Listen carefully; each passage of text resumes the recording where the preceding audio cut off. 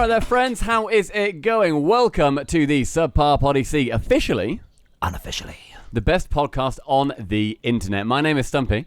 My name is Cole. And we are joined by a good friend of ours under rather unfortunate circumstances. And I looked at the webcams and I saw Lawler mimicking my words, trying to read at the same time, which I appreciate. I respect it. Before we get going, I just want to thank our patrons for being ever so lovely, and thank you for your help in making this podcast possible. If you want to contribute just $1 or more, lol, head to patreon.com/subpar but in HD, and we will love you literally forever. Like I said, we've got Lawler here, and we are going to be breaking down what went on behind closed doors. Have a little cheeky teardown of Psyonix. Be nice, be constructive, be good.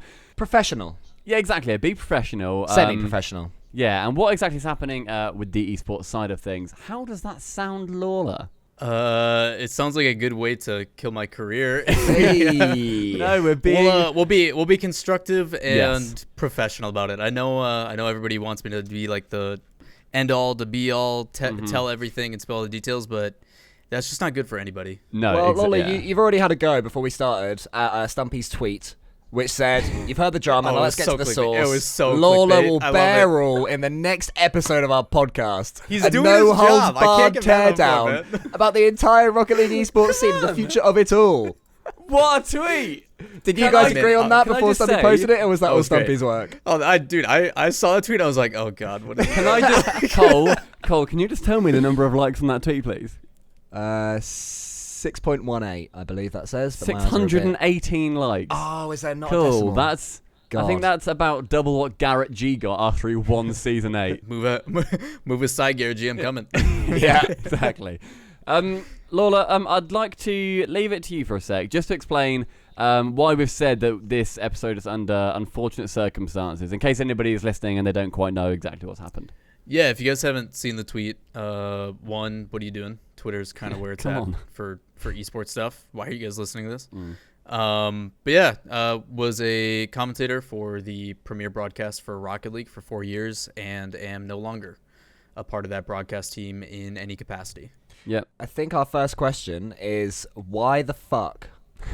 What have they... Can you share what they said to you? Was there like any sort of feedback of, oh, you could stay if, or was it straight up, out of the blue, 100 to 0? The best way to explain it is... how do I want to go about this? This is going to be this whole broadcast. Like, understand, please, take your for time. 4 years, I've had to very carefully say things, and now that filter's gone, so there's definitely an adjustment period. But just don't go too far the other way and call them yeah, right. That's the, because I'm known as being pretty blunt about stuff, so I got to be careful. But I guess the most professional way of saying it is I was informed I was not going to be receiving a contract for the next season. Okay, because you were never employed by Psyonix. You were always Correct. as a contractor.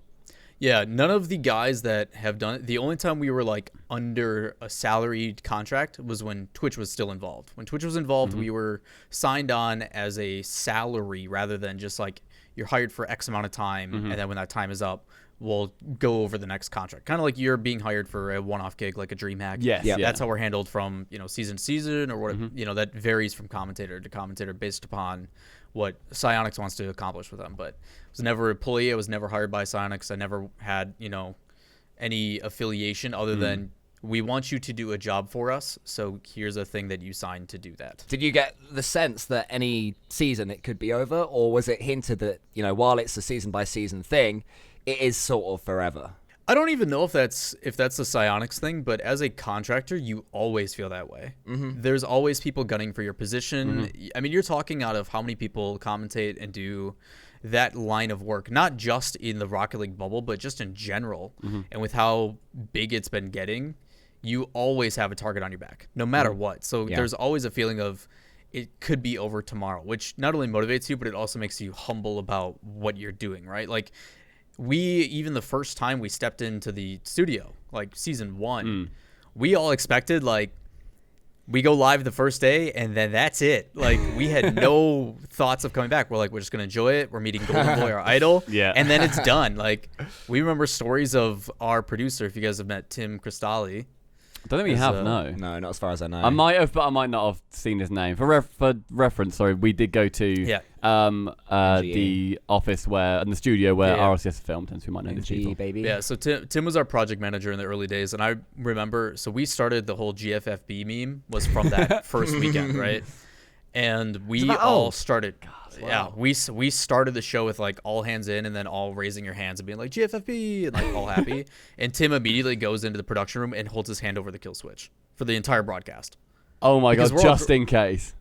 Because we're all green, like we had no professional background, like we're just a bunch of dudes that really like the game that talk about it. Yeah. And so we all had the expectation that they're just gonna pull the plug. You know what? We gave it a shot. It didn't work out. Was there a point then where you'd obviously done that first broadcast and you were sort of getting along through the weeks, and then you've obviously been to the first LAN as well. When that first LAN was over, you then thought, "Well, that was good. See you later, Gibbs. See you in a few years." Or was it then a case of, "Holy shit, this is my life now"? I mean, it's been like this, I think, every season, but you just never know. Like, there's never the certainty of a guarantee, especially in esports. I mean, you guys are well aware of that. Yeah. Like, there is no promise. There is no, like, if you have a contract signed, like, I've had contracts sent to me and, like, flights booked and the thing's still pulled. Yeah. Like, I've had the contract in my hand being like, all right, I'm looking over the fine details. They've agreed to signing flights and, like, things are ready to go. We leave in 2 days and the show gets canceled. Like, that's how rough it can be sometimes. Like, it's also a case of esports being so new as well, right? Yeah. Like, we've had that for various things where we've literally we've got to a point where we've then got to the hotel, we're doing an event then the next day, and we sign our contract in the hotel room because it's so last minute that I guess you've got a lot of people that just sort of want to get it done and they just put money into it and just see if it works, but then you don't get the fine details. I've been in weeks of work and signing the contract like a couple weeks in, and they have to retroactively like make sure. Yeah. Because if they don't, they're I'm not working for free. There's no way. Yeah, exactly. So obviously this is podcast sort of, it's going to be focusing obviously on Lawler's job with the RLCS and with Rocket League eSports. And how good of an ambassador that young man is. God, he's good at his job. And also, we're going to be... I started writing down some little subheading called Psyonix issues. I'm going to say that section takes up about 2 pages of bullet points and stuff. So we're going to discuss some things that we think are issues, and then also solutions. Or just things that we think, you know what, this is how... What do you mean, feedback? Feedback? We're actually going to give constructive criticism? Absolutely, and hope that someone out there is listening. Exactly. Probably a player rather than an esports person, but we'll see. Yeah, then they'll shoot an email off and it'll never get replied to. So this was obviously out the blue, basically, for everyone. And you said you weren't necessarily aware that this was coming. Psyonix, I know as well, have previously allegedly given little to no notice to other people who have been let go from the RLCS broadcast team. And that is something that I think should be addressed first, where it's just not a good look when everyone is shocked by it, including the talent themselves, right? Like, it's not a nice position to be in. Yeah, and I won't speak on behalf. Obviously, no, of course. You guys are alluding to Quinn and Axeltoss. I'm not going to speak their parts. That if they want to discuss what happened and all, like, by all means, them. And something I said on my stream the other day, and I commend them. It is very difficult to walk away. A game that you put everything into, it's your passion, your hobby, your livelihood, and for them to step away, like, you still see Axeltoss kind of linger here and there on Reddit and stuff, but like, they've essentially removed themselves completely, and I don't know how. Because I thought about it, I kind of dulled over it during the week and was just like, should I just completely remove, and it's going to be easier because this week's been tough. I mean, every single time I get a notification or anything, it's another like, oh, reminder. I remember this poster that you signed in season 1, and then you start reliving all those memories and they get rehashed, and it's like, it's an emotional thing, right? So for them to completely step away after building all those relationships, like, I commend them. It is not an easy thing to do. Yeah, I mean, especially with Shogun as well, obviously slightly different issues with them. It was a visa thing as opposed to anything with Psyonix dismissing him at all. But even then, obviously Shogun with his streams and stuff, he didn't stream Rocket League for a while, and it's not his really main game. He's doing other stuff, being more variety, and he didn't go to any lands that he wasn't working, because it's that thing of, you've got such an expectation when you're at an event, and then as soon as you're not working it, it's like, well, I've not got my place. Like, you can't find where you sort of belong in that environment. It's the same issue. Like, I don't, like, when I was getting hired for DreamHacks and stuff, I wouldn't watch them. I couldn't because it's just not only the fear of missing out, where like I'm not there, I'm not experiencing the things, I'm not getting to see the community members that I love, not getting to interact with the pros that I consider friends. Like, I just rather remove myself completely because then I don't have to deal with I'm not there. You know, I'm hypercritical of the guys working because I wish I was in that position. Like, I just want to remove myself from that situation. So I get it, but it's not that I didn't know. Like, there was definitely a looming feeling. Almost as if like I was on the outside looking in, like it just didn't feel right. Like, usually you trust your gut, like something's going on. And when I transitioned into the co-host role, that was going to be another question. I expressed very early on, I'm like, you know, I appreciate giving me liberty and I guess per se trusting me, you know, trying to be positive about it to test out this new thing. But as soon as that happened, like, flags were definitely raised. I know that we spoke at the time about that as well. Like, we DM'd a bit and you were just sort of saying like, it felt obviously a little bit iffy. Like, it's like I had concerns. It's a You bit of always an have omen. concerns. Yeah, it's not something that's really in your control, and at that point you're just looking like, you know, I'm gonna make it the best of my ability. I'll do what I can. Yeah. Which is difficult because, quite honestly, it's very difficult to make something your own when there's no direction with it. Something similar happened with Axeltoss as well. Just before he was fired, I guess is the word to use, from RLCS. I remember he was the interviewer at WSOE. Yeah. And I remember watching WSOE, and he didn't look comfortable. So I think he had that same looming feeling that you yourself have described. Would you say there's like a lack of feedback then from Psyonix? If you've got this looming feeling that your job's on the line, right, and you're sort of trying to be on camera, on broadcast with that pressure, and there's no one saying to you either, you're a realistic guy, I'm sure you'd appreciate someone saying to you, if it was the case, Lawler, you have to step your game up. I can see you being someone who would take that and run with it, right? Is part of the problem that there isn't that. So in seasons past, that was extremely lacking, and that's why I find it so difficult for all the negativity that Quinn got. Like, I consider those guys family, both Axeltoss, Quinn, and all the other broadcast talent. Like, those guys are people that I saw more than my actual family and friends at home. So they are family and always will be, and I find it really discouraging that the community, like, putting out petitions and stuff and trying to get signatures to get rid of like all that stuff. I'm like, you guys are trying to compare him to guys that have been doing it professionally every weekend for 3 years, and it's his first season coming in, and you're holding him to a standard, like, and he's not getting any viable feedback. Like, and he did improve as well, even through that. He tried his hardest to improve. He toned it down. He found the vibe, didn't he? He was never my favourite person on there, but you don't say, you know what, fuck this guy. Get him off. Exactly. Like, it's pointless. What's that going to achieve? And I've been on the receiving end of that. I am a firm believer that as a commentator, you should never be the attention. Like, you shouldn't draw the attention, but you shouldn't like detract from the broadcast. Like, the focus should be on the pros and the teams and the people there. Like, I pride myself to not having a single comment about me in a Reddit thread in the post game or in the current game discussion. Okay. I pride myself because that means that I was a part of the broadcast. I wasn't detracting from the focus, and I wasn't doing such a bad job that people are calling me out for it. Like, I'm right in that sweet spot. Yeah. And if over the past 8 broadcasts, Psyonix have been thinking, I wish Lawler would sort of, try and get the big B-roll a bit more often, but you, meanwhile, are priding yourself on this, then that perhaps is a problem from their eyes, and obviously they're the guys with the money, do you know what I mean? They are the boss in this situation.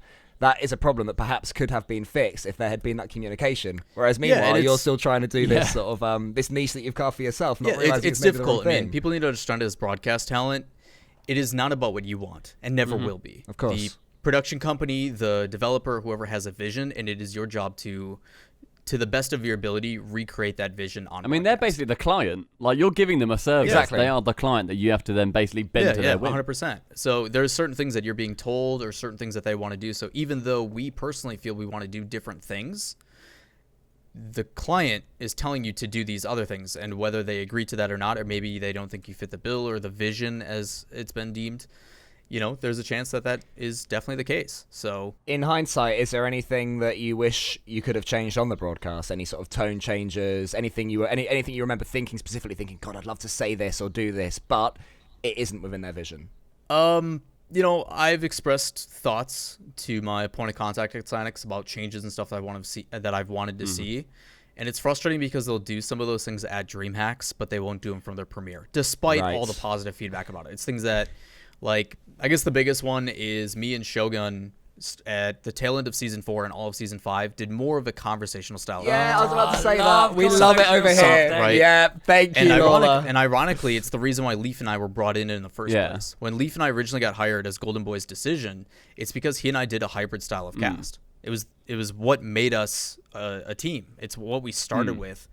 And we went away from it because they wanted us to get the fundamentals down. Golden Boy's initial decision was, okay, Lawler, you shut up when Leaf talks naturally, so you're color. Like, that's how it was determined. So, and that's just how it became to be. And then it gets stuck. Right? So 4.5 years later. after developing those roles and having a defined kind of state of, okay, this is what I want to focus on, because having to do both, and I commend James for having to do both. Yeah.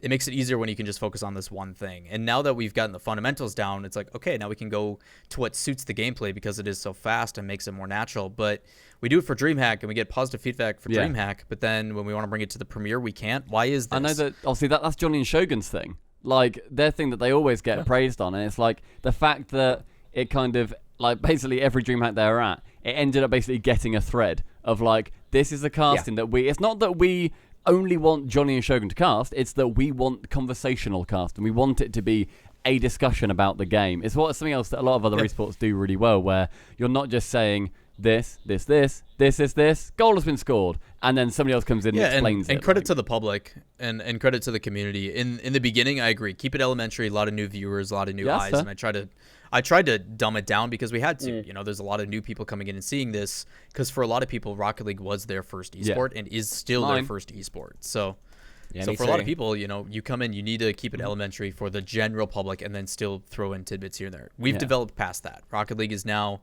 you have people that are applauding just good gameplay, like the Dignitas series. You're getting people that don't cheer for every single shot, even though you can tell it's totally off the mark. Like you're not seeing that stuff anymore. The general IQ and game IQ of the public has definitely increased. So we don't need to detail every little thing. Let it be conversational. Let's have an actual discussion. Let's still hit the storylines and the important things and have our roles, but create it conversational because it's going to draw a better audience and a more, I guess, ingrained community in what's actually happening. You're going to see people that are more invested in what's actually being said. It means also you can talk about storylines like during the game. Like, it shouldn't be a case of context shouldn't only be a desk thing or an in-between game thing. Context should be spoken about whenever it's relevant. If it so happens to be at 2-2 or 4-0 or something, then that context should be brought in. Equally, if there's going to be a goal that was just a bit shit and it doesn't really mean anything, it's already, say, 4-0. Right.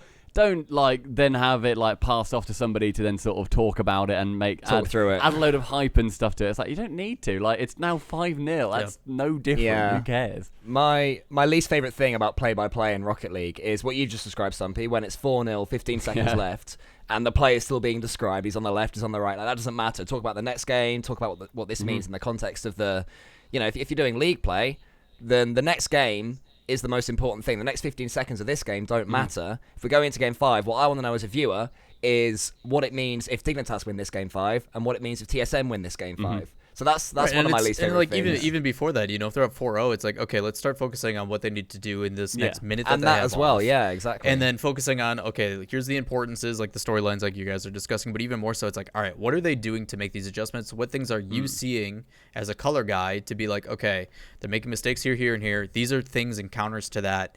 Let's see if they implement it. I've got my eyes on this guy because he's known for it. Okay, now we go into the next match. There's that, and just quickly, my other least favorite thing, so it sort of comes in a pair, is at the other side of the match, at kickoff, they go for the kickoff, and then straight away, someone's up the wall. It's like, right, okay, but they're going to be up the wall after 5 seconds after kickoff. Let's give it 30 seconds to chat through the context. Pretty similar every time. The only time it should be brought up is there's certain teams like Space Station that have very specific kickoffs for certain that's fascinating, because that is something I wouldn't know. So bringing up that stuff is a thing that you bring up, but he's dishing it back to his teammate.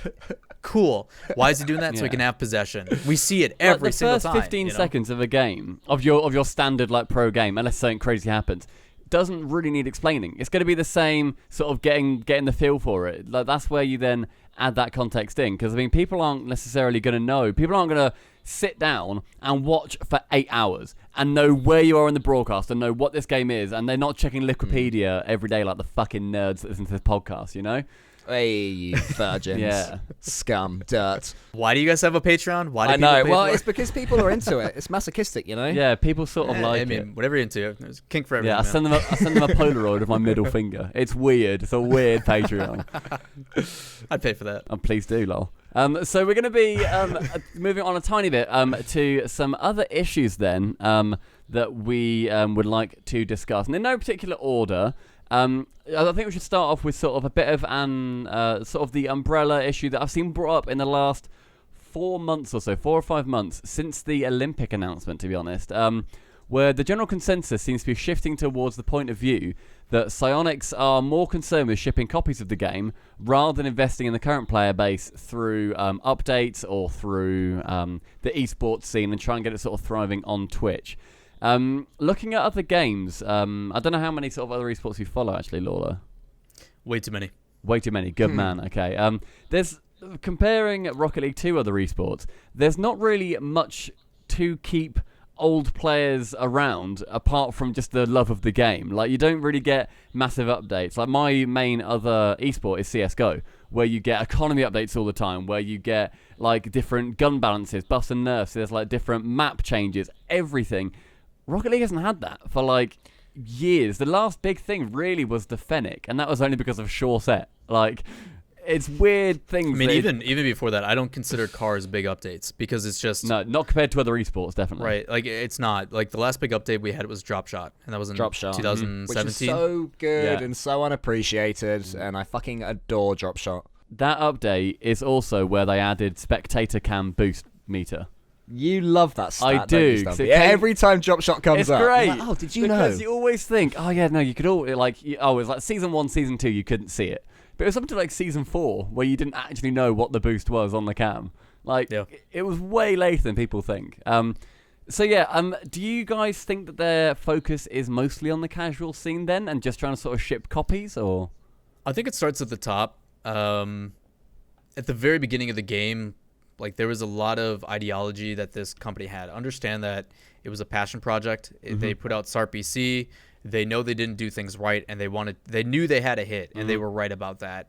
So they went out of their way to make it happen. That passion was definitely there, and you felt it when the game originally released, about how it was community driven. And I mean, you're talking, the game wasn't even supposed to have a rank system in the beginning, and they were taking contract gigs for other companies so they could fund it back into this. Like, it was a passion project, and it finally came to be. And the issue, pros and cons, is it became a thing, but the negativity is their baby, it became bigger than they ever imagined. You know, the game was supposed to sell like what they hoped, 55,000 copies. I remember that before week 1 started, Psyonix Dave, the Psyonix CEO, what a coincidence it's called Psyonix Dave, he hates bread, right? Apparently. Yeah. And he said that if Rocket League gets 10,000 concurrent players in its first week, he'll eat bread live on stream. That was his, like, when he was sort of down with the kids and was chatting with the community, Big Dave came on and he said that.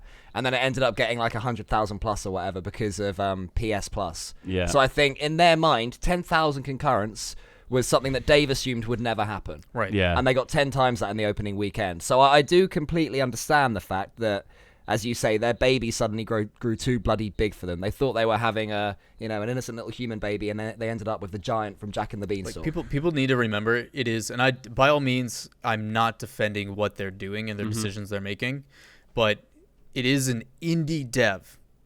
Yeah. Through and through. I mean, you're talking the amount of employees, the way that they approach things. It is an indie dev and is now purchased by Epic, right? So the decisions they make, I feel it all starts at the top. It's the original thought process they had coming into what their expectations were, and then not being willing to take those same risks and go out of their way to make things happen for the next step. It just feels like they've never jumped from, okay, we've accomplished what we wanted, now what's next? It just feels like they're skating by on the easy route. It's their original risk paid off. Like, their original risk of even fucking deciding to make SubPar 2, that ended up taking off, and that was amazing. Now they're like, well, that's our risk done. That was over many years as well. Yeah. That was over many, many years, many false starts. We've made our risk. It's like, no. A company makes more than one risk. Like, you take lots of leaps of faith and you hope they work out. And now that they've got, I still think this Epic backing is going to be a very, very good thing, because hopefully it will give them that push to sort of say, look, right, okay, you know what? Actually, we've now got the funding behind us. I'm not saying they didn't have money beforehand, even like before Epic, but they've now got the funding behind them, and a company that has made just an absolute behemoth of a game, let alone an esport, that they know what they're doing. They know that they can chuck money at something. If it doesn't work, fine. At least we've learned something. We're basically paid to learn something. Yeah. They've still got that, like you say, Lawler, the indie dev mentality, where if we make this jump and it doesn't pay off, then we're broke. It's like, no, you're not. No. You have you have learn. lots You make of adjustments. money. Yeah, you learn and you make adjustments. I mean, if you never take those risks, you're just going to become stagnant and do the same thing, and that's why the community is frustrated. The reason why we all speak, the reason why we want to speak out, the reason why we want is because we care. We want this to be the biggest and best thing, and it's frustrating that the focus has been put on not making those conversations happen rather than, like, they're trying to subside those conversations rather than hearing and listening and being like, this is what they want, which is what they used to do. They used to hear our outcry and then be like, all right, let's make it happen, because that's what the community wants. And it just feels like the opposite now.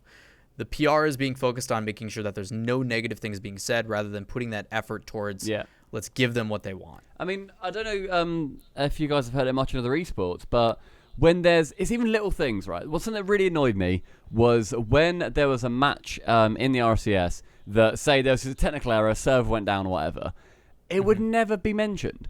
And this is like a couple of seasons ago. You could see the balls springing all over the place. It would just never be mentioned, and they would just sort of like cut back to the desk, and it's like, but what? Sorry, we know that there's an issue.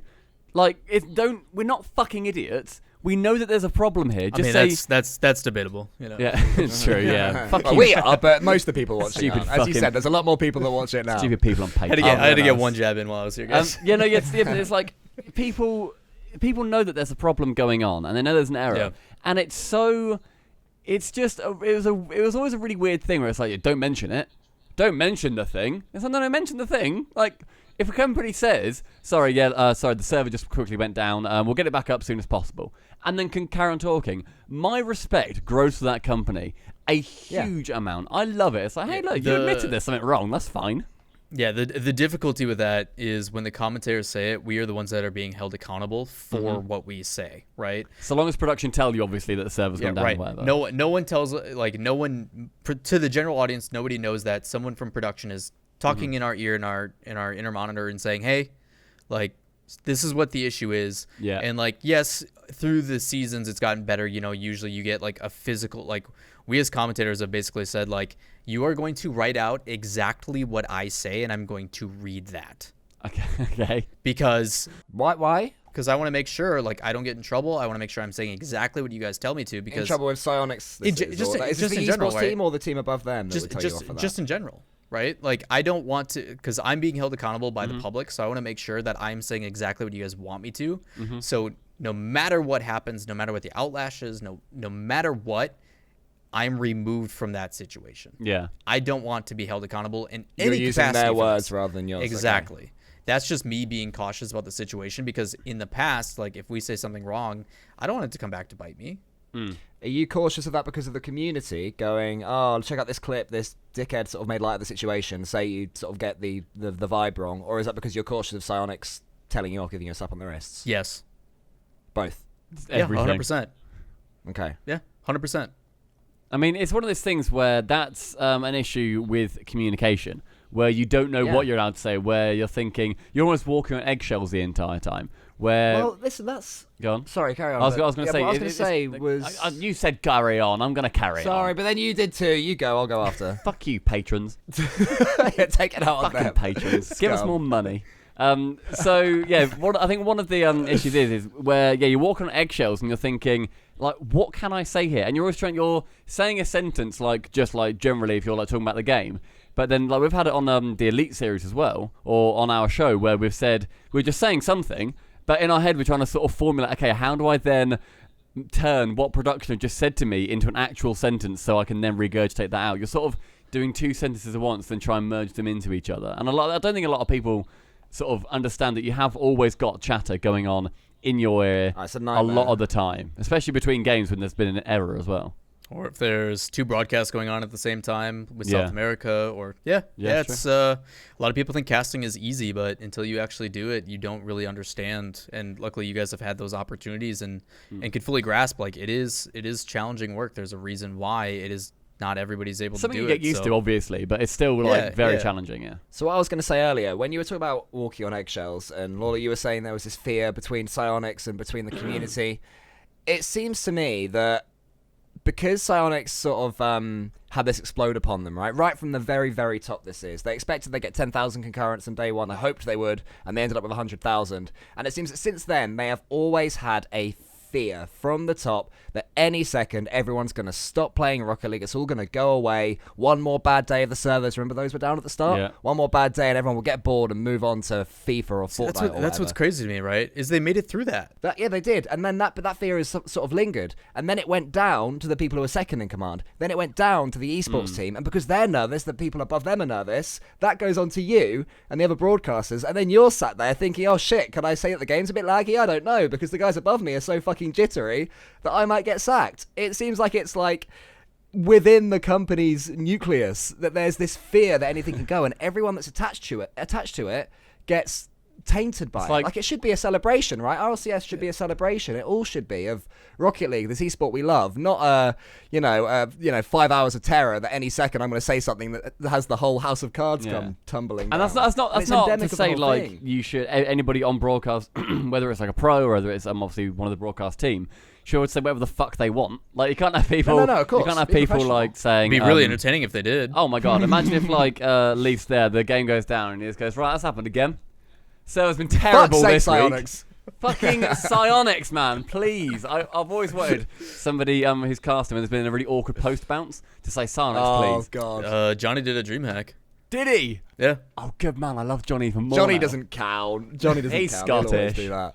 He Exactly. doesn't count. No one understood him. Yeah. But I mean that communication issues they continue, and then they go into the sort of average person, the communication that the average person then gets from Psyonix about their favorite game, Rocket League, in that you don't have any communication about, we've said it before, about the updates, about any of the, previously it was the LAN location for RLCS was a week or two, or like a month or whatever it was, Christ. before then it ended up even happening. And it was just a nightmare. It's obviously improved, like I said, about the LAN announcement. It's been fantastic. The fact that they get praised for announcing LAN in the first week when it's about 2.5 months away really fucking says something. It's still not perfect, by the way, No, not because at all. the community has assumed that it's US East, US West, EU. Yes. That's our logic for the way it was. Everyone's worked it out through these Uncharted-based clues. But that might not be correct, though. They might just do 2 US East now. But, I mean, that's an assumption. But my point is that they've never said,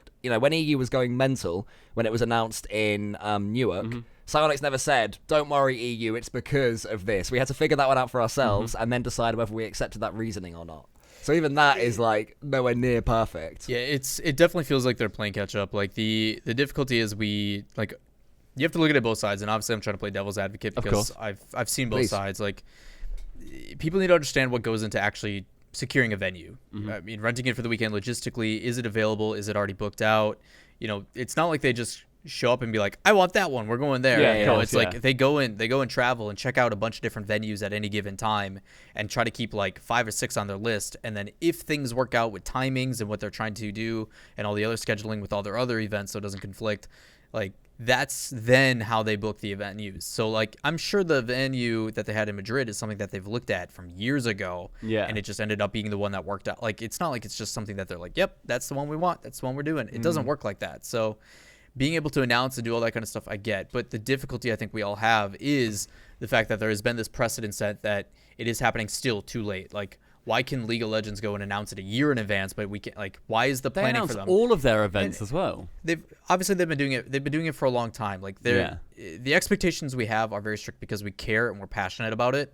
But at the same time, like, I agree, we have the right to be strict about this stuff because it has fallen short a lot. It has, and my point is that it shouldn't be on you, now a former RLCS caster, to tell us that. That should be coming in their press releases. It should be coming, in responses to tweets. It shouldn't be something that we have to figure out or sort of go searching for, and people shouldn't be finding this out 36 minutes into a third-party podcast. You know what I mean? This, to me, is the sort of stuff that they should be saying from the off, and that's what frustrates me. No, and I'm not, again, not defending them. I'm not saying that this is the case, but maybe it is in their mentality that they don't feel like they have to. It may be something internally that they just feel they don't need to share that information. Maybe it's just part of their culture that they're like, you know what? No, we're not going to. It's so weird to me. I don't know if that's the case. I think it's really dumb, and I don't agree with it. But I'm just saying, like, you have to look at both. Fuck you, patrons. Like, it could be, that could just be something where the people that are making the decisions at the top just are absent-minded in that sense, to where they don't feel that is a thing they should do, or which is weird because most of the guys at the top are marketing people. Yeah, I'd hate to make it sound like we're downplaying, obviously, how hard it is to organise it. Like, Jesus Christ, the amount of effort and time and, like you say, scouting, going to these places, figuring out what you can do, everything. Places to stay, all that. Yeah, it's so hard. It is. I imagine that is one of the toughest jobs to do with RLCS, because it's going to be so varied depending season to season. But I think it's even like go on. as a blanket statement that esports team works hard and there's not enough employees working in it. I don't doubt that. They desperately need to expand that team, hire people that are qualified. Yeah. Not saying that the people there aren't. Like, there's some really smart people in that team, but they need to hire someone with a load of experience that has done it before. You know, you're talking the guys like the Nanzers, the Nick Allen, the guys that have been doing it, the guys that set up Riot Games, the guys, people that are very well versed in the scene, people like JD Dell back when they used to have them, like guys that know what they're doing, and let them have freedom to do so. I hope it's something that Epic will try and bring in as well, where they can say like again, it's the money thing. If they're worried that, oh shit, we don't have enough budget to hire more than 5 people to handle $2.5 million per year, then we can't get any more. Like, I know the one thing that we've praised before is the having Gilly, at least from an external / slightly internal perspective, having Gilly as a point of contact and somebody to talk to and be able to communicate to somebody directly. She has been absolutely fucking fantastic. As somebody who we've spoken to a few times, she has been an absolute dream to get in contact with and actually talk to you about certain issues or certain ideas that we've had even. Same with Ian. He's been absolutely amazing. He's doing fantastic write-ups. So many good things in that regard, but there's still not enough people. No matter how good an individual is, I agree, you just need sometimes just more manpower to then take the pressure off one person saying, okay, I want to go to that venue, right? I'm going to go quickly fuck off to Madrid and have a gander. It's like, no, have somebody else look at it on TripAdvisor, then you can fuck off later. Like, try and split the load. Share the load. Share the load, Mr. Frodo. Share the load. Yeah, I'll definitely echo that sentiment. It's just, there's only so much they can do. There's only so much empowerment that they're given. It still always comes down from the top. What are they actually allowed to do? What are they allowed to say? What decisions are they allowed to make? Because everything goes through that lawyer team, whether it's checked off and said approved and we can't get, legal issues with it or not. I mean, everything is getting approved before they make decisions, and that's probably the reason why things are taking so long to develop and make it. Legal obviously is such a big thing. Just generally in like any event, realistically, legal and just making sure that everything is sorted and everything is covered to make Psyonix not liable is going to be obviously a massive undertaking. But again, if it's then taking forever, hire more people, contract out to more people, go to a different law firm, whatever the fuck they do in the background. Hire people from different regions as well, not just all in NA, so they've got to fly between California and Madrid 15 times before they settle on it. Why not have someone that's in EU? Yeah. One EU-based person could be doing all that work. Again, I know I'm saying, hey, just hire this person, it's easy, because obviously it's not, but in a perfect world, find that money, because you're bought by Epic. Oh. Epic are quite big. Epic are quite rich, I think. I mean, they're all right. I think. They're all right, I think. Yeah, they're doing all right, aren't they? Tell you what, I think let's just skip a couple of bullet points and come back to them. I think we move down to the EU side of things, because this is a bit juicy. Because Lawler, obviously you're a North American male, am I correct? Last time I checked, yeah. We got him. He admitted it. Police bust down your door. We got him.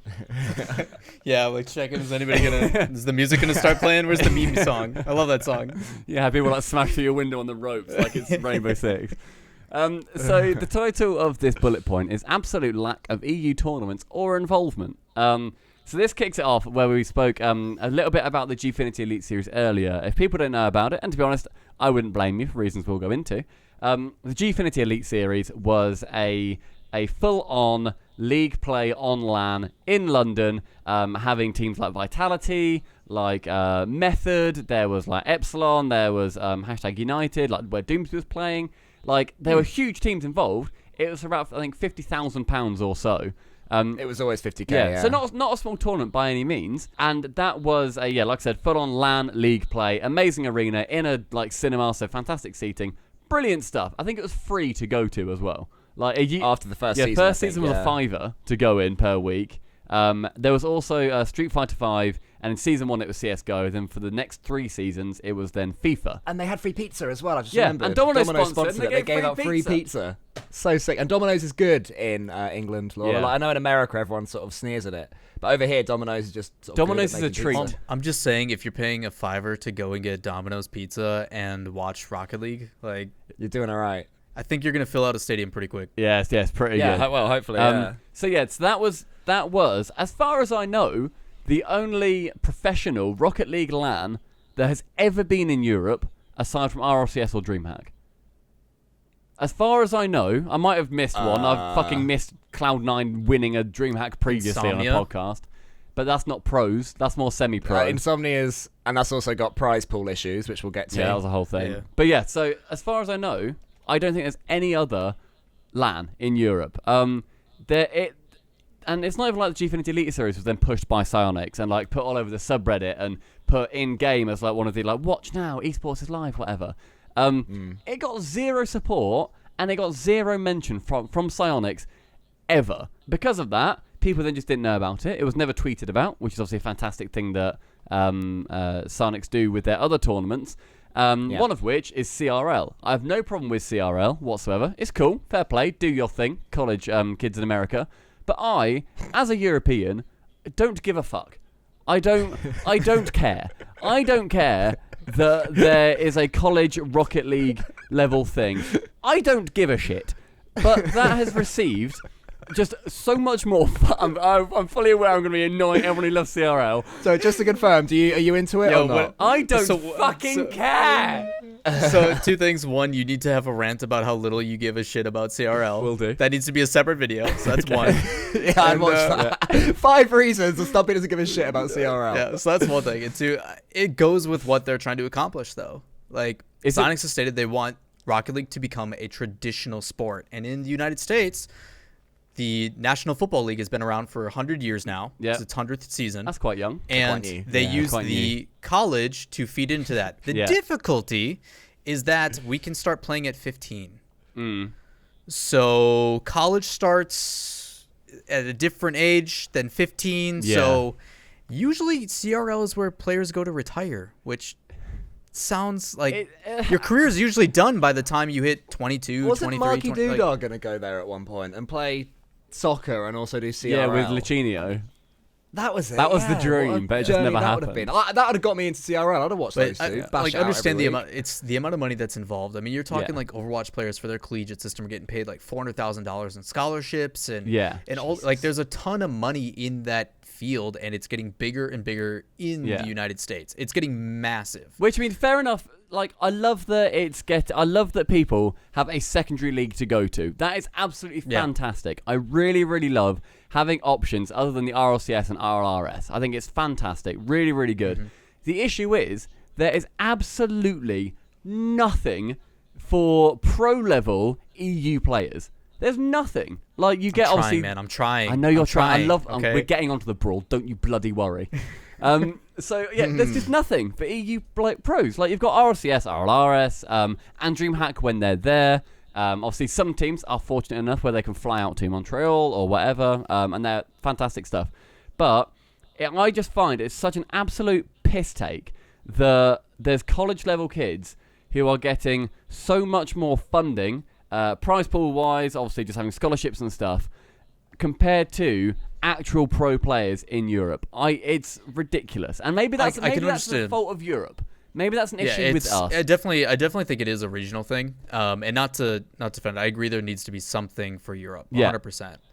Obviously, first steps, EU Studio, and then some sort of like Gfinity being gone is a huge loss. I think Gfinity was great.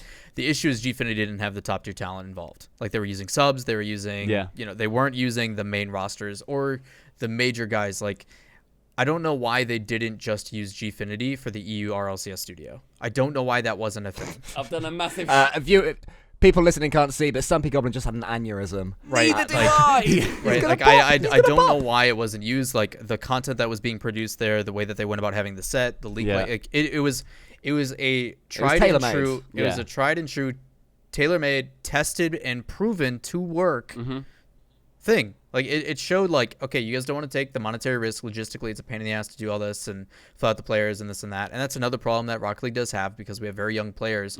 Doing a land league play is very difficult. It's not going to be easy to get these players to take that much time off of school. And how many of them are actually going to be willing to take online classes and stuff? Like it was awkward for some of the players in the Elite Series. Don't get me wrong, but it's very It's very difficult logistically. So I understand why doing that. And monetarily, I don't think money is ever an issue now because Epic, quite frankly, has a limited bankroll because of their engine. So the difficulty is seeing Gfinity go away, and then they signed a deal with Facebook, which killed it even harder. And like, I mean, that's a fault with Gfinity. They made their own mistakes. Yeah, we'll never say they didn't. So there's a lot of things that they did really well, and a lot of us really enjoyed.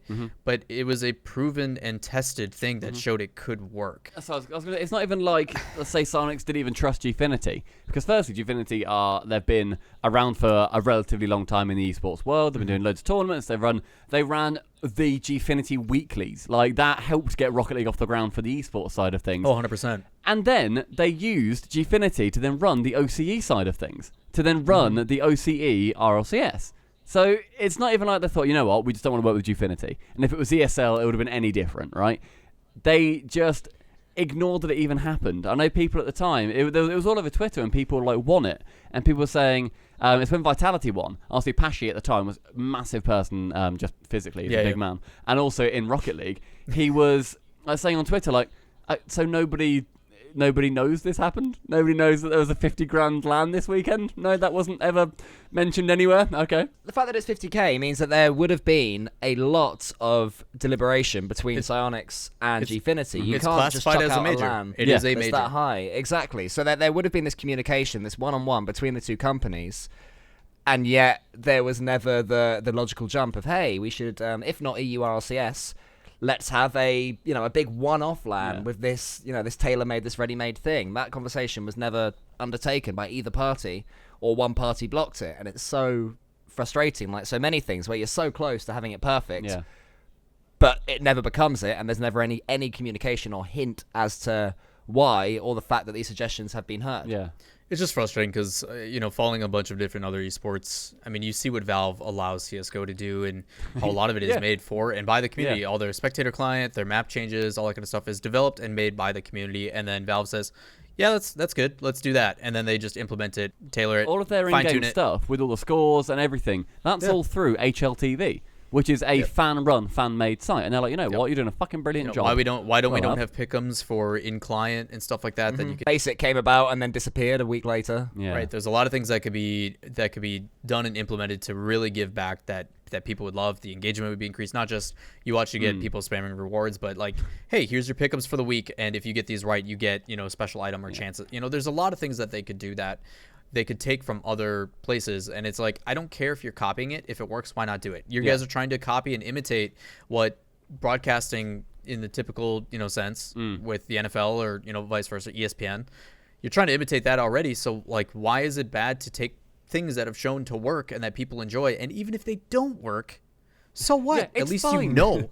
Yeah. At least you're learning something and getting information out of it, and now you can progress past that rather than having this uncertainty. Again, you're buying that knowledge. You're buying the thing of, that didn't work. Yeah. Like, I mean, it even falls on a third-party site, again, with RL Garage, where they're doing all of the fantasy stuff themselves, because actually, there is a massive demand for it. And they do want to have people who are doing their pick'ems, and they want to say, like, hey, look, holy shit, like, this player's done really well this week. And it gets people talking about the players and analysing them even further, rather than just, I've watched that now. That's that done. Like, it's just the little things like that just really frustrate me. Fun fact, by the way, Lawler.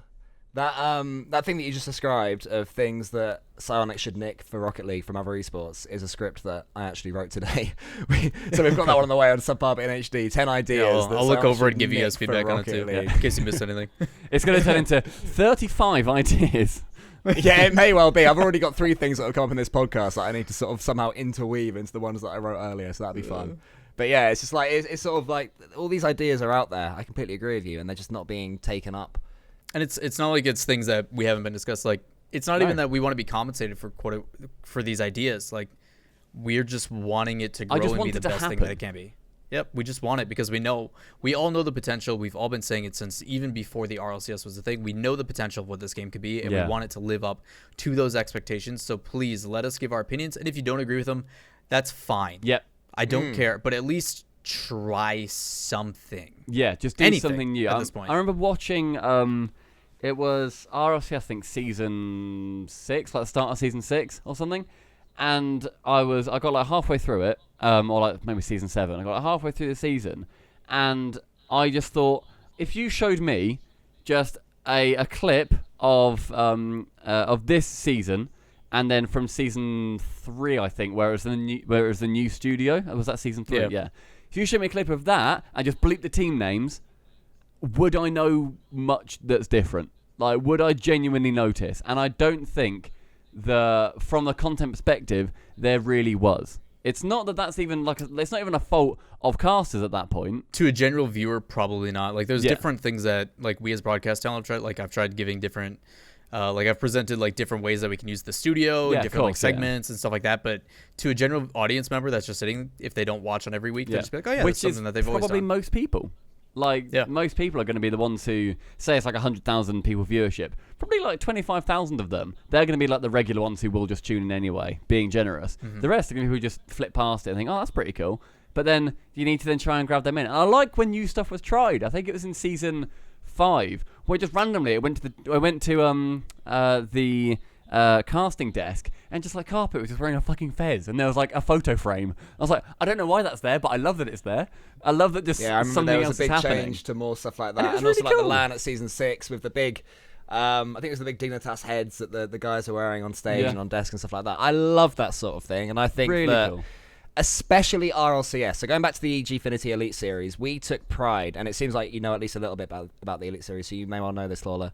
We took pride in making it a lot sillier than anything that we'd seen before. Like, the VTs had Doomsy and Greg and, I don't know, zipping about in motocross cars, being driven by pros, and then you'd see like Doomsy going, oh, I'm going to die and stuff. Phenomenal content. All that funny shit. Yeah. Phenomenal content. The closest we've ever had to that in the RLCS that I can think of, maybe I've forgotten something, is Justin interviewing Scrub. Yeah. Now, I like that idea, and I think that's funny, and I think it works well because they're the perfect two for it. You know, the young Rocket League geniuses sort of bantering about. I think that's quality.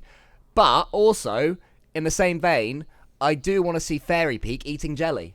Call me weird. I'd love to watch that. Yeah, like, I think that'd be there great. There was an interview content. with Niels Kirk where he was just in a ball pit, like with Breezy. It's like, and they were like, Cassio was there for some reason. It's like, what the fuck is happening? I love it, but I don't know why. Like, it was just you did as the broadcasting talent. I was busy at work on the day, but you guys did. What was it? You did Would I Lie to You? Oh yeah, we went where you had to convince each other of lies. Yeah, I went to an arcade in Peckham. Understand 3 things about that. Number 1, that requires planning. Are you saying that then makes it something that's not worth it because of the planning, or just the fact that Psyonix aren't one to plan things like that? It feels like everything is last minute. Okay.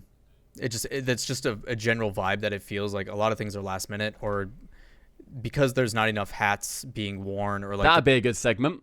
Fairy Peak wearing loads of different hats and eating jelly. Right. And Cassie goes there. What's with you?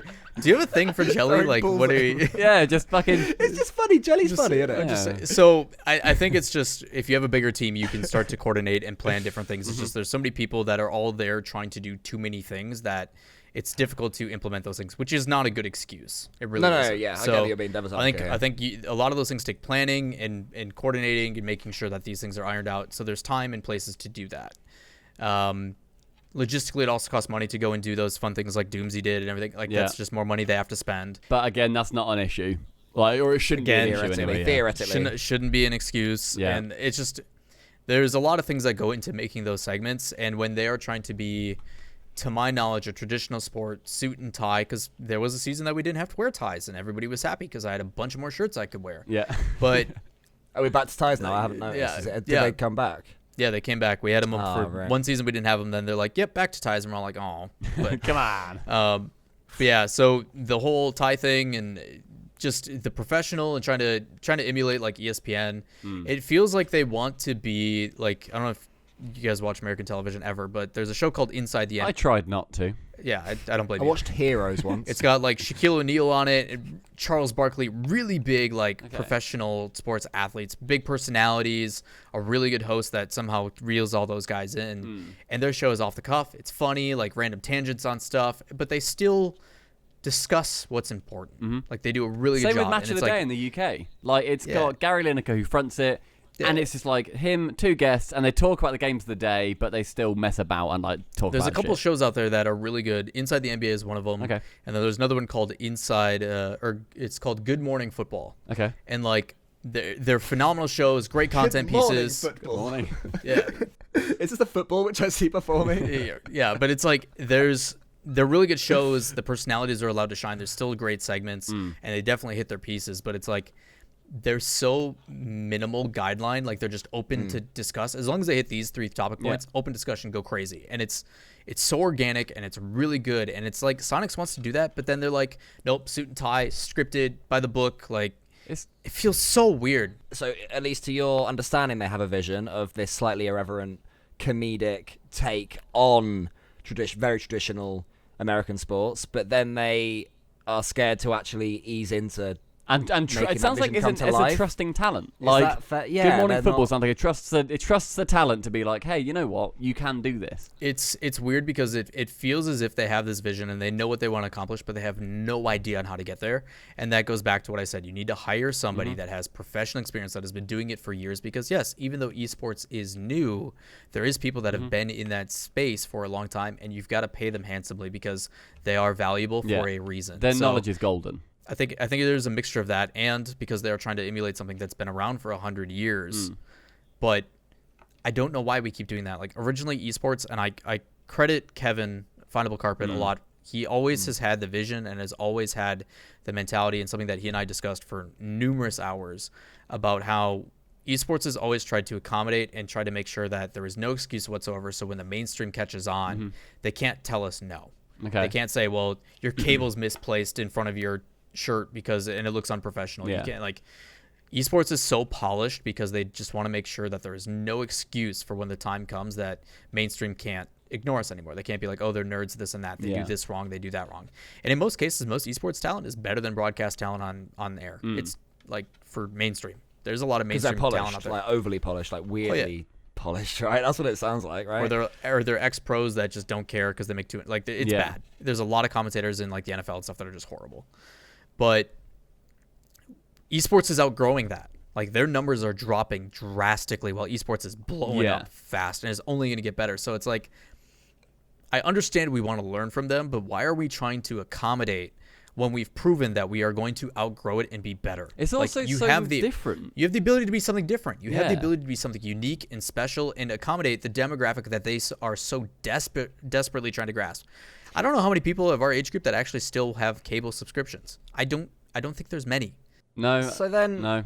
when you're doing a broadcast for the RLCS, right? How frustrating was it when your hands were tied and you'd be thinking, oh Christ, imagine if we could do this, or this thing that we discussed a week ago that was sort of given the thumbs down, imagine if we could chuck it in right now because this moment in the game has happened and this feature would be perfect for this moment. But you just sat there ever like thinking, oh, I'm getting annoyed here.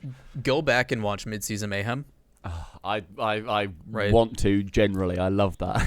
Yeah. So go back and watch Mid-Season Mayhem. The way it was handled, I disagree with. I think where they put it in the season, how it was approached, like to me, Mid-Season Mayhem would have been great as either like an all-star event or something of the sort, like a brawl-like event. Yeah. But you bring all the players out for regional land, you record a bunch of B-roll, and you can use that and recreate that throughout the entire season. Sort of like a bit like a BTS style thing, like a BTS but of so VT. you basically introduce all these new people coming in. So it's not the first time you're going to see the new players coming in. You introduce them into the culture, you get them kind of familiar with how things work. But you have a fun event. It's not strict. It's not suit and tie. It's just a casual. Let's have a good time and get to know everybody. And we're going to record a bunch of videos. We're going to do a bunch of interviews, and now we can reuse all this stuff throughout the entire RLCS season. So now all the features that you want, Yeah. all the special interviews, all the insight, all the really cool stuff, all the fun content, you now have and has already been prepared. Or it's right? even just like then saying, even just putting stuff on social. Like social is such a massive push that you so don't you do see you the do all that, you create all that personality-wise. stuff, right? All that stuff's created, all that things are great. Now, the thing about Midseason Mayhem is because it is silly game modes, there's no real good way to cast Rumble or like Cube, whatever is going It's just on. shouting, right? It's chaos. We as casters were able to get a little bit more lenient, and this is when Twitch, I'm pretty sure, was still at the helm of kind of like decision stuff. But like every time we did something, we got a little bit looser. Yeah. A little bit looser. A little bit like we kept pushing the boundaries as much as possible. Yeah, good. And the guys involved were like, we love this. We love this. Keep doing it. And every time we asked to do something, eventually like Robin Alamend, one of the guys at Twitch, was like, yeah, we'll go buy dry ice and like fog up the studio and like all like just really cool things that they were willing to try and experiment that we didn't end up doing. But like a lot of these things were like, yes, let's just try it. We'll experiment. We'll do things. And it's like, why were we not doing this the whole time? Yeah. Why were we not seeing what boundaries we can push?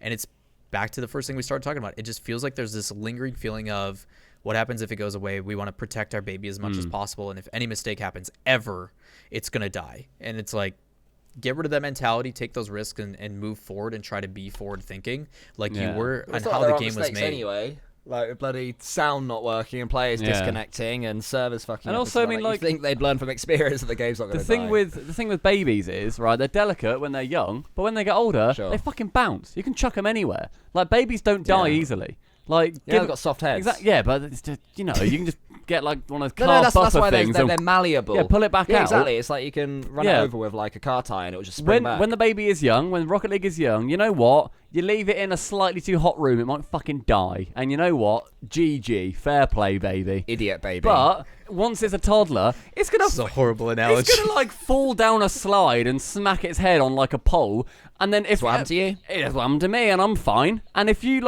then look at it and you start crying, then the baby will start crying because it's all confused. It's, I don't know what to do. But babies live once they're toddlers, So what you're saying is that they should get loads of dry ice and jelly. and babies and Fairy Peak, and just make Fairy Peak eat babies.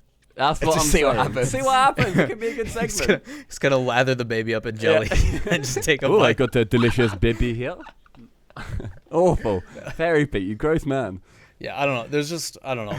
I know it feels like we're going in circles about a lot of this, but it's just because we care and that we're passionate So about much, it. We know yeah. that there's things that can be done. It's just, we wish those risks were being taken.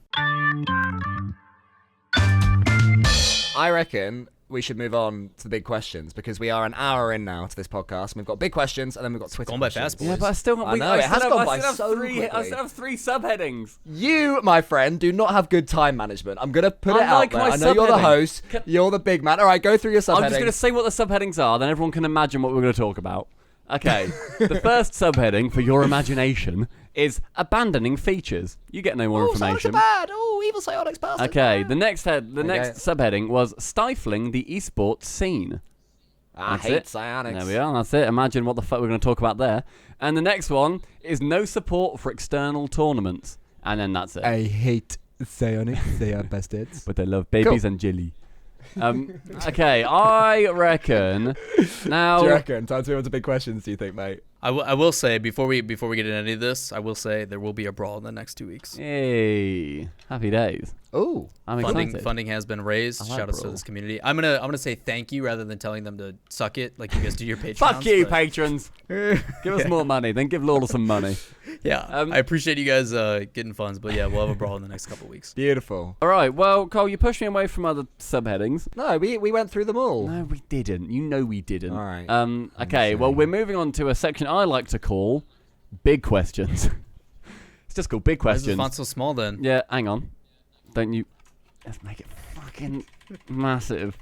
Okay. Okay, those are some Wow. big questions, man. They are That's some a really big big question. It's only Fair font size play. 30. We can go up to 96. There we go. I'll do it then, coward. I need to scroll to the read word it now. also is like a fourth of a page. It's Right? huge.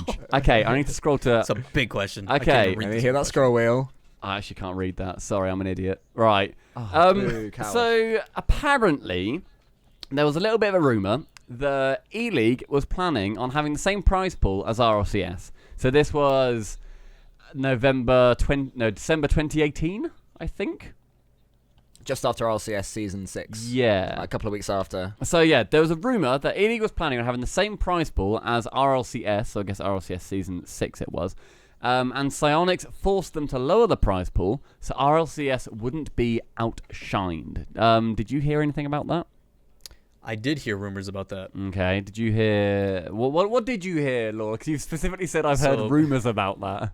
Yeah, allegedly what happened. So this is the same thing, right? Like, we're not employees of the company. Like, why would they ever share this information with us?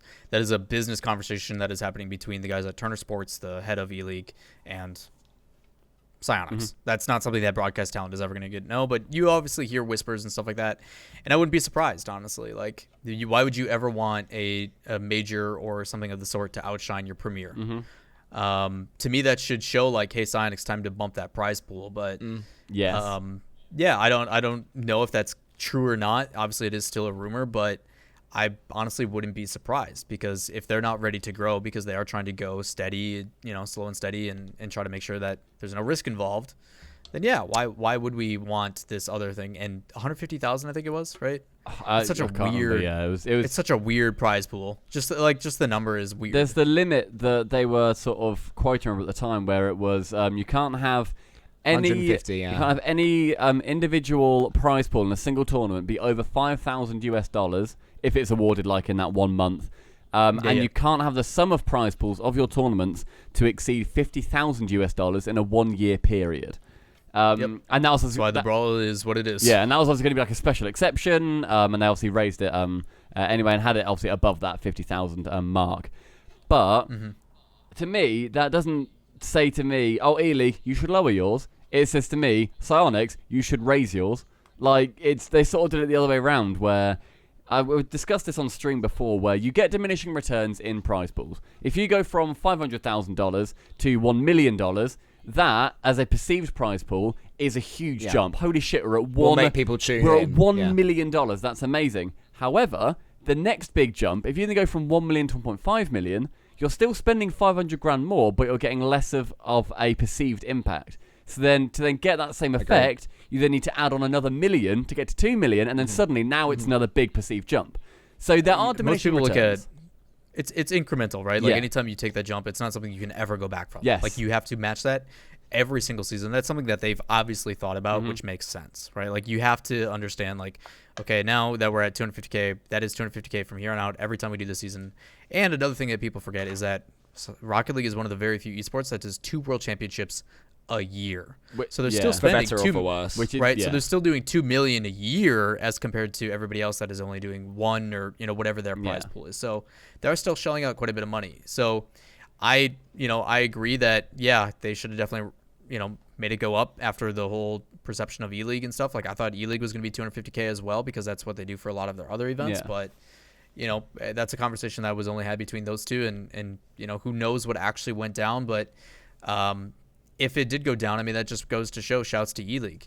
I will always back those guys. It is my favorite production I've ever worked for. Their team is phenomenal, from makeup artists to Joey, who is the guy who was supposed to bring out my laptop, who didn't, made me look like a goof on the first one. But like, no matter what, like, that team is a pipe dream. Like, everything pales in comparison after you do an event for eLeague. Straight up. That's fantastic. Like, it's kind of depressing. It's so good that team exists, though. You go somewhere else and you're just like, God damn it, this isn't eLeague. Yeah, that's sort of how we feel about the Elite Series. So I get that you have that sort of shining that's star why. in the sky. But that's why they are who they are. That's why they are known as the #1. And credit Psyonix for striking an advertisement deal kind of partnership thing that they're doing with them. Right. That's a big accomplishment. So my suggestion is that they put league play at the eLeague studio.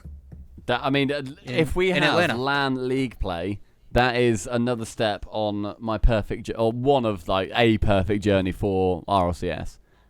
Right, I think that'd be amazing. The amount of content you can get out of that as well. Oh my god. Right, yeah, and they're I'm sure they're expensive too to rent that studio. Yeah. So, but yeah, they're great. eLeague did a good job, and I'm glad that even if Psyonix was, hey, we want to, at least if they did, and the rumors are true, they were willing to accommodate, and they weren't willing to back down in the sense of, yes, we're going to do this event, like, which is awesome. So. Massive shouts. I can't talk about. There's 2 Bens there, Winter and Splatanic, that are both wonderful people. Christina used to be there when we did the first one, and she was also way too smart and knew exactly what she wanted to accomplish, and it showed. So very good people that work at that company that do not get enough credit. Do you think that Psyonix learned anything from working with them? Were any of those lessons taken through, or just completely disregarded to your eyes and ears? I have no idea if they are or not. I don't even know if that's something that they even discussed or what have you, because it feels like eLeague is ideally what they want to accomplish. I think they want to try to emulate what eLeague does so well. They just got to get out of their own way. Yeah. If anybody from eLeague is listening, hire Lawler lol, because he seems to really like you guys. So, send him a DM, say, hey, Lawler, you're looking cute today. Do you fancy popping by? Yeah. He's got some good references as well. There is John Sandman. Very true. There is Forbes. Very true. There is Richard Lewis. Richard Lewis. Very yeah, true. Exactly. That he'll have some sort of decent references there. Yeah, for that you one. all, so. That one caught me off guard. Yeah. That Did one it really? caught me off. Yeah. Very cool. I mean, I've always gotten along with Richard Lewis. I've now worked with him twice, once for eLeague and then once for WSOE. Yeah.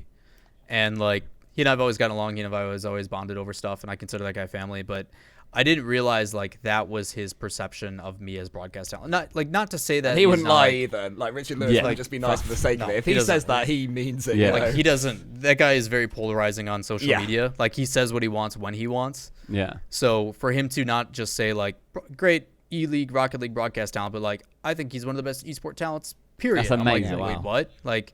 And from a guy that I, have enjoyed his work through Counter-Strike and stuff over the years and everything else, it's just to have someone say that about you is very, very hard. That one set me back pretty hard. I mean, there was so much love, obviously, just to veer towards that. There was so much love that was given to the post on Reddit, to your tweet itself. Had over 1,000 replies to it. 4.2 thousand likes, Yeah. I think I saw earlier. It was. Were you surprised by the sheer amount of love and absolute fucking outrage towards Psyonix and the decision that was made? Did that take you off guard? Yeah. I'll have to send you guys the me attempting to talk about it on my stream. I couldn't get through it. It was tough, but yeah. So there was I purposely planned that I was gonna my phone was going to get turned off. I was going to remove myself from my computer. The American football team that I follow was in the playoffs, so I went and watched that playoff game with friends and family and just completely removed. I sent the tweet, turned off my phone, and literally just left. I ignored everything. So I came back to that. I didn't look at any notifications. I ignored everything. So when I got home and then just started going through, I poured myself. I know this is one of the questions, but I'm going to answer it early. But I poured a double of McKellen 25 and just opened up my computer and just started sipping and going through, and it was not an easy read.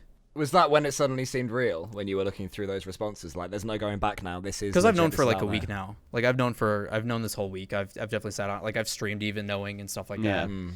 And it didn't really hit me until I started reading posts and getting people that that I've worked with, and people when you got James and Gibbs and all those guys replying, and John Salmon's retweeting it, and Richard Lewis and Golden Boy tweeting he'll always have my back and stuff like those things were just I'm gonna drink this a lot faster than I thought. Just go and get the bottle instead.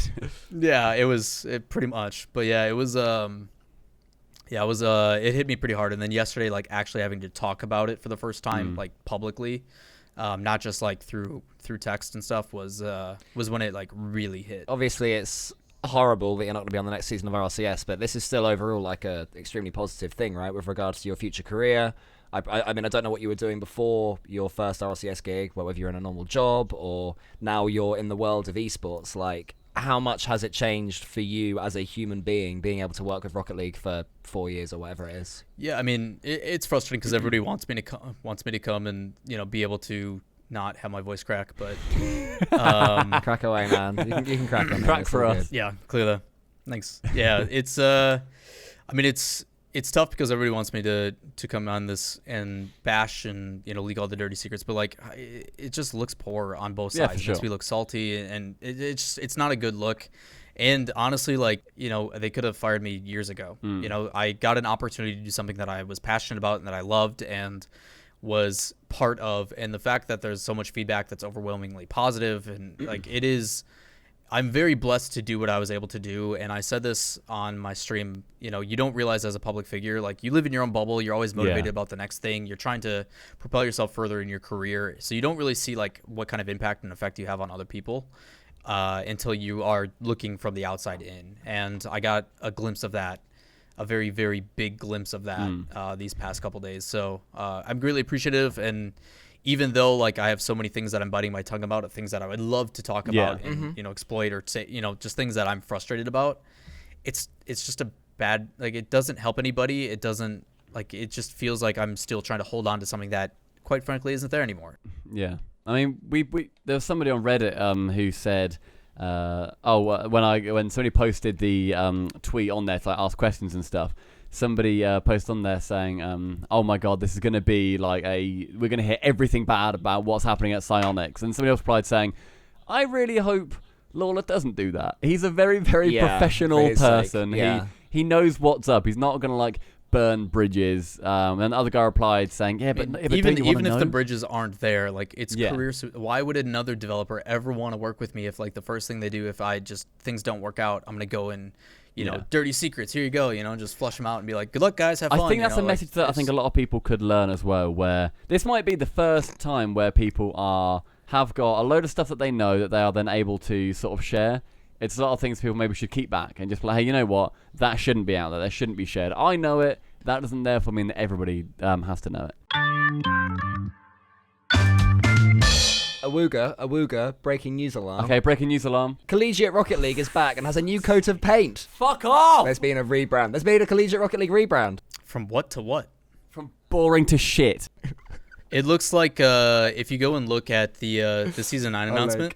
Look, it's very, very similar to the announcement. No, right. Well, no, I want to say I don't think CRL is shit. I just don't fucking care. Mate, all the responses, salty EU people. That's going to be the disclaimer before he starts his top 5 things why he doesn't give a shit about CRL. Disclaimer. It's not that it's shit. I just don't fucking care. Also, just a heads up, I hate the word collegiate. I think it's an awful word. The collegiate era. It's one of those words that is so Dynasty. Fundamentally, utterly American. And that doesn't make it bad, but it's a word that I don't think I would have ever heard in my life if America didn't exist. Oh, it's funny. Yeah, so yeah, I've just started looking at some of the replies to the Collegiate Rocket League is back. There's people saying it's like a pointless GIF where it then goes down to number of people who give a fuck, 0.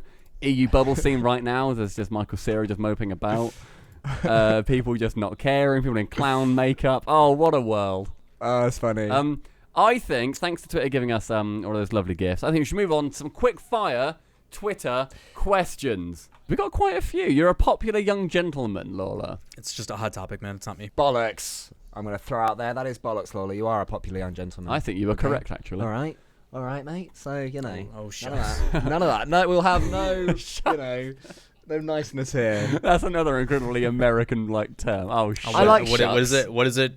Fuck you, Patreons? Fuck is you, that what I'm supposed to patrons. say now? Yeah, there we go. Is. Take it out and then, not yourself. Yeah, if you want to say fuck you to Lawler, give us $5 a month. He'll hate it. He'll be livid. He'll be, oh boy, will he be miffed.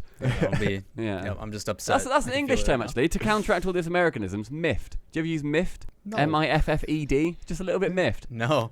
But you can't miff someone. It's only being miffed. Yeah. It only exists. The only ED. we use muff, like a muff. Do you punt. use muff? Like you. Do you buy a muff from a special shop and sort of use it if you're lonely? Yeah, muff to us means Oh, I know what it means to you guys, but like for us it's like to shank a punt. To or what? like muff a punt. What the fuck are these words you're saying? Yeah. Is this whole podcast being in Chinese? I've just To noticed. shank a punt. That sounds like a racial slur. You should.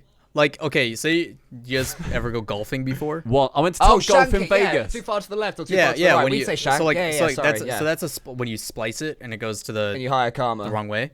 Shanking it means like you kick it and it just goes way the other way. Yeah. Yeah, we have shank. Okay. Right, yeah, we I have don't shank. You never had know shank? Some people, golf. It doesn't always mean like stab a guy, you know. Yeah, that's how I know There's different shank meanings. or lamb shank, like a bit of meat, you know.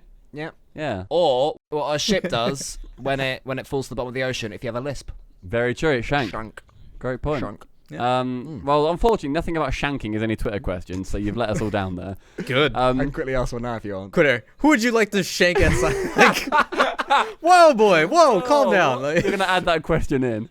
Who would you like to fucking stab in the dumb fucking face? from @Lawler. So aggressive. That's what happens when you tell them to go fuck themselves. I'm glad you asked, to you guys. Lawler. Well, Thanks, Lawler. Jesus. I'd get 2 now. Okay. All right. The first one. We don't need to go too quick through these. Fuck it. People are here for you, Lawler. First Thanks, question from Bobby Fat 95 is: what has been your favourite casting moment so far? Personal or just in general? I think I'd say personal. So yeah, what's been your highlight moment? The over zero dribble, man. Yeah.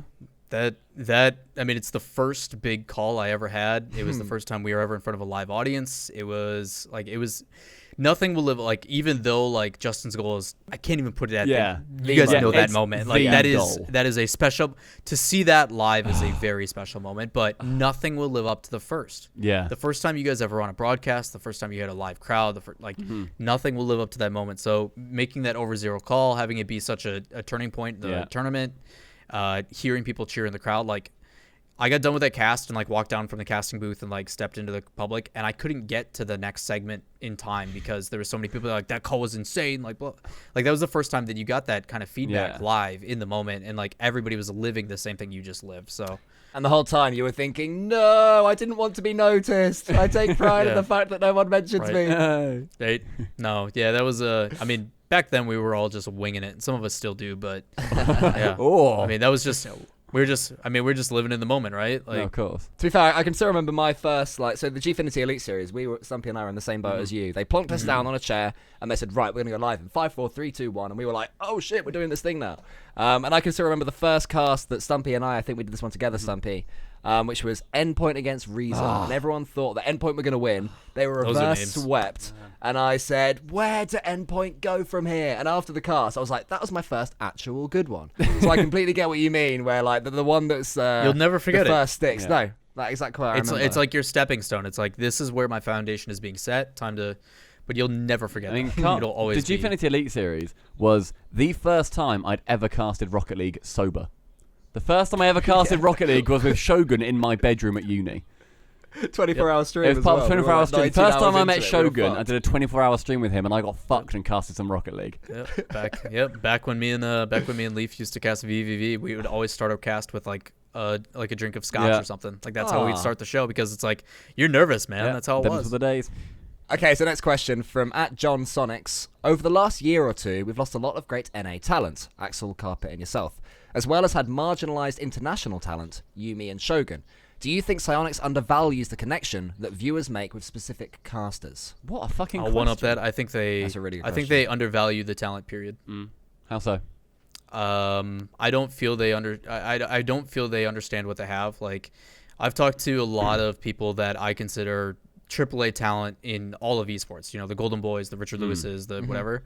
And the feeling that they express towards the bedrock of talent that we have in Rocket League, not only just the RLCS guys, but also some of the community figures. Like, we have a very good group of talent, and we always get left out of any like esports awards, etc. Right? Like, we're ignored about. And I just feel overall, and maybe this is just my personal bias, but it feels like we're replaceable at any given moment. Yeah. Like, they'll just like, yep, next one up. I don't think they value the talent to the level that they should. And that's just speaking from experience based upon like the other events I've done, the other companies I've worked with. I feel like they're definitely undervalued, as well as, I don't think they understand. I mean, maybe they do, or maybe it's just not part of the concern. I mean, they've got a business to run. They've got, they're trying to create this vision. And if someone doesn't follow that vision, they have to be willing to stomach. Like, I'm sure right now they don't give two shits about the feedback that's going on with the announcement I put out, right? Like, they can't. They have to stick to their guns. They have to trust their decision, because at the end of the day, that is a business. That is a business decision that they chose to go with. And I mean, I would never expect them to ever go back on it. I know some people in the thing were saying like, "Oh, this must make them go back on it," but it's like, no, you can't. No. And even if they did, like, what does that tell? Like, it's just that creates animosity between us. Like, if I was to go back, like, what does that say about me? Like, oh, you can just toss me to the curb and I'll still come crawling. Like, that just, there's no positive way to move forward with.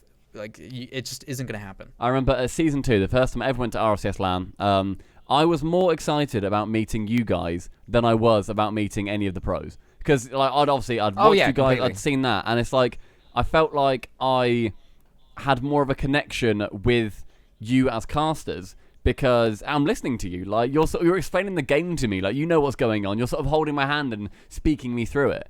And that was one of my highlights, was just hanging out. And like, even though we didn't know each other very well at that time, but like just hanging out and chatting for like 10 seconds was absolutely fantastic. It's like, holy shit, that's the guy who has been helping me I so guess long.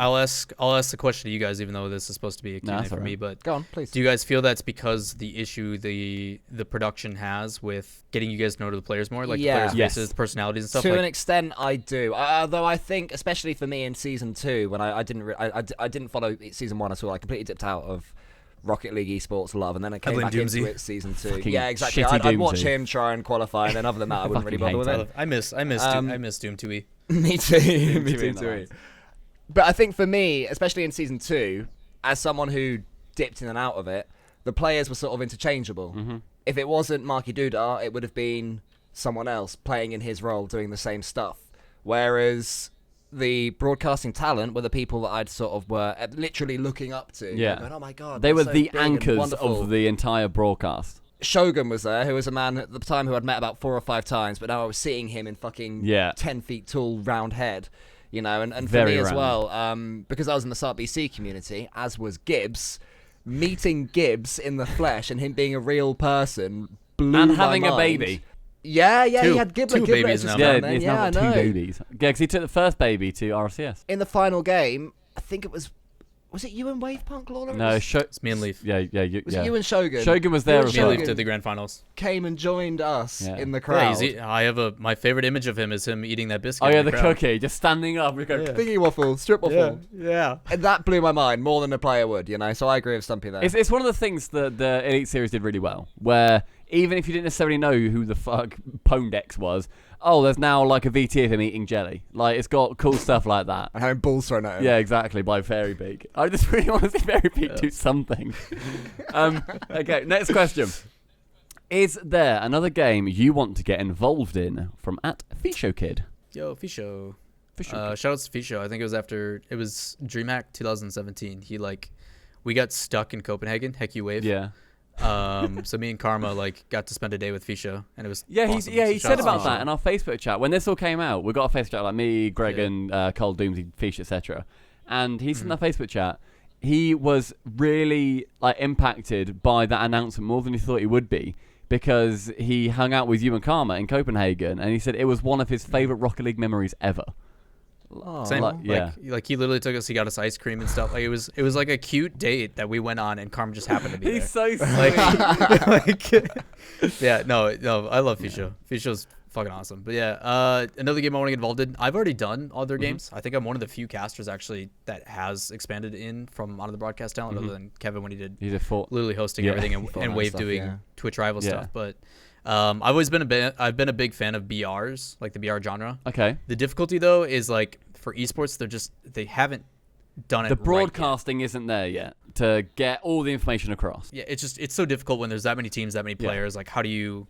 It's a really weird situation. But if you had like an ESPN Red Zone style where it's just like, we're gonna only show the highlights, and it's gonna be highly produced, and it's a roundtable discussion kind of thing. We just fill you in on the moments that are important, and then we jump into the last final 10, Yeah. kind of stuff. I think it could be really That'd be cool. exciting. But I've casted PUBG more than anything. I've done some Apex Legends professionally. I've done Fortnite as well.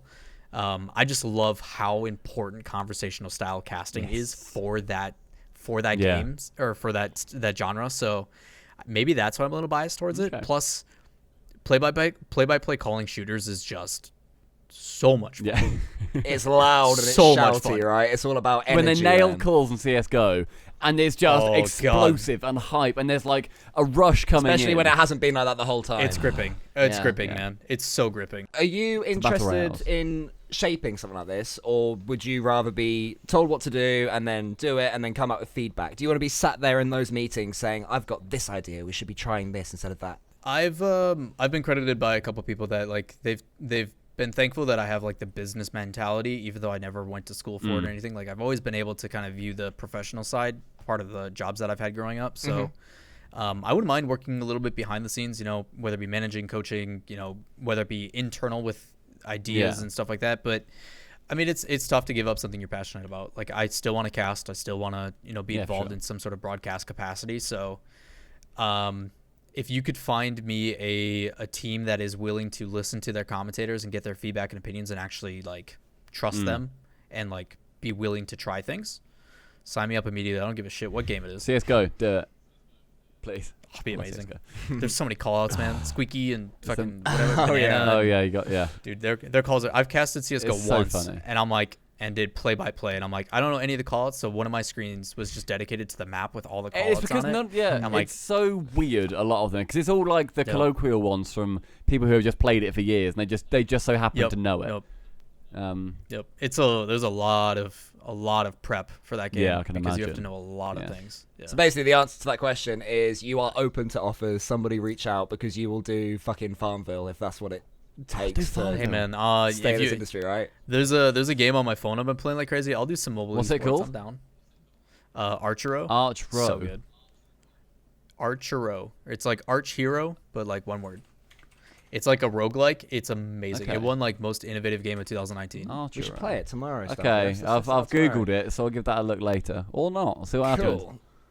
Forewarning, if you guys start playing, it's Shut up, Google. Oh, you Shut okay up, Google, didn't man! you? I can't say, by the way, I cannot say "Okay, cool, Cole," because then my Google Home activates. Google's like, "What you want, bro? What do you got for me?" What do you want, It's bro? weird, 'cause my phone picked it up, Yeah. but my Google Home didn't. How strange. In your time in the LCS, what is your personal highlight from backstage that a viewer may not have seen from Terjak? Again, first event. Leaf and I, obviously, like Leaf is OG. Like Leaf and I go back before RLCS was even a thing. Even I have been casting since 2015 together. Grand finals of season 1. He and I are backstage in our green room. It wasn't a green room. It was just a section backstage that had a confidence monitor to watch. But he and I were sitting there watching, and he and I had a conversation like before RLCS was even a thing of like, how cool would it be to actually do this for a living? Like how sick would it be to be esports commentator? So we jump forward to RLCS season 1. He and I are just sitting there. I'm like, hey Leaf, and he's like, yeah. I'm like, remember when we said how cool it would be to like be able to spend like week to week to like prep, like sit down in a hotel room and like all the guys are just sitting there going over notes and discussing and talking about the game and just theory crafting. He's like, yeah, it'd be really cool. I'm like, remember when we did that like 4 months ago? He's like, yeah, super cool. I'm like, I looked at him, I'm like, hey Leaf, and he's like, yeah. And I'm like, we fucking did it. And he and I just like looked at each other, and he and I just broke down crying. Just fucking lost it. Because like, even if that was like, it was just that realization of like all the things we wanted to happen, we've accomplished. Even if that was it, and now that's it's where just- it ended. Yeah. Yep. That's amazing. Yep. So probably that one moment is like the one that just like, that one hits home. But there's, I mean, I could be here all day just listing off like, the first time Shogun does a LAN and we're all backstage, just sitting and watching, hanging out. That's cool. His hands were so shaky. On the He was so shaky on the first broadcast. He was so cute. Just this the whole Oh yeah, time. he was Hands he was up. doing his hands up. He was like holding them and like talking about things. But his hands are so high. It was so sweet. Okay, right, let's shoot through these. This will need a short answer because my God, we've spoken for about an hour and a half so far. What do you think is needed to propel Rocket League esports to the next level? From1 @Truxito. point. The most important thing of all. Psyonix needs to get out of their own way, start with LAN League play, and an EU studio. Cool. Oh, I could answer that Yes. last one as well. Tell us something about Gibbs that the world needs to know. Now, this one, you can go into a bit more detail. Yeah, with. real deep. Go Blue Mason 20's question. This one deserves at least 10 minutes. He may be a savage on broadcast, especially to G2, but he is one of the most thoughtful and genuine people you will ever meet. He is so unselfish in every decision he makes. Oh, what a man. Straight up. Okay, next question. Do you see any way into the top jobs for the European casters anytime soon? And what would be the best way of expanding the talent pool to include European talent? Obviously excluding visa issues, if that wasn't a problem. No, and European studio. Cool. What's your favorite alcoholic beverage after a day like this? From Duck Moriarty. I assume that came from the announcement. No. It's because he knew that you'd be talking to us. Yeah. Yeah. I mean, I'm on a day where I'm just vibing and I'm like capping off the day. I'm a big fan of Blind Russians. What's a blind What's that? Russian? Do you know what a White Russian is? Yeah. Get rid of the only alcoholic thing and add more alcohol. So replace the So alcohol. it's just So a White Russian is vodka, Kahlua, and then half and half or like Yeah. a creamer. Get rid of the creamer and use Bailey's. Oh, okay. So it's just more alcoholic White Russian. That sounds nice. Yep. It's like a dessert drink after a long day. Do you think Epic's influence has already begun to take hold over Psyonix? And if yes, how? From Necrosis RL.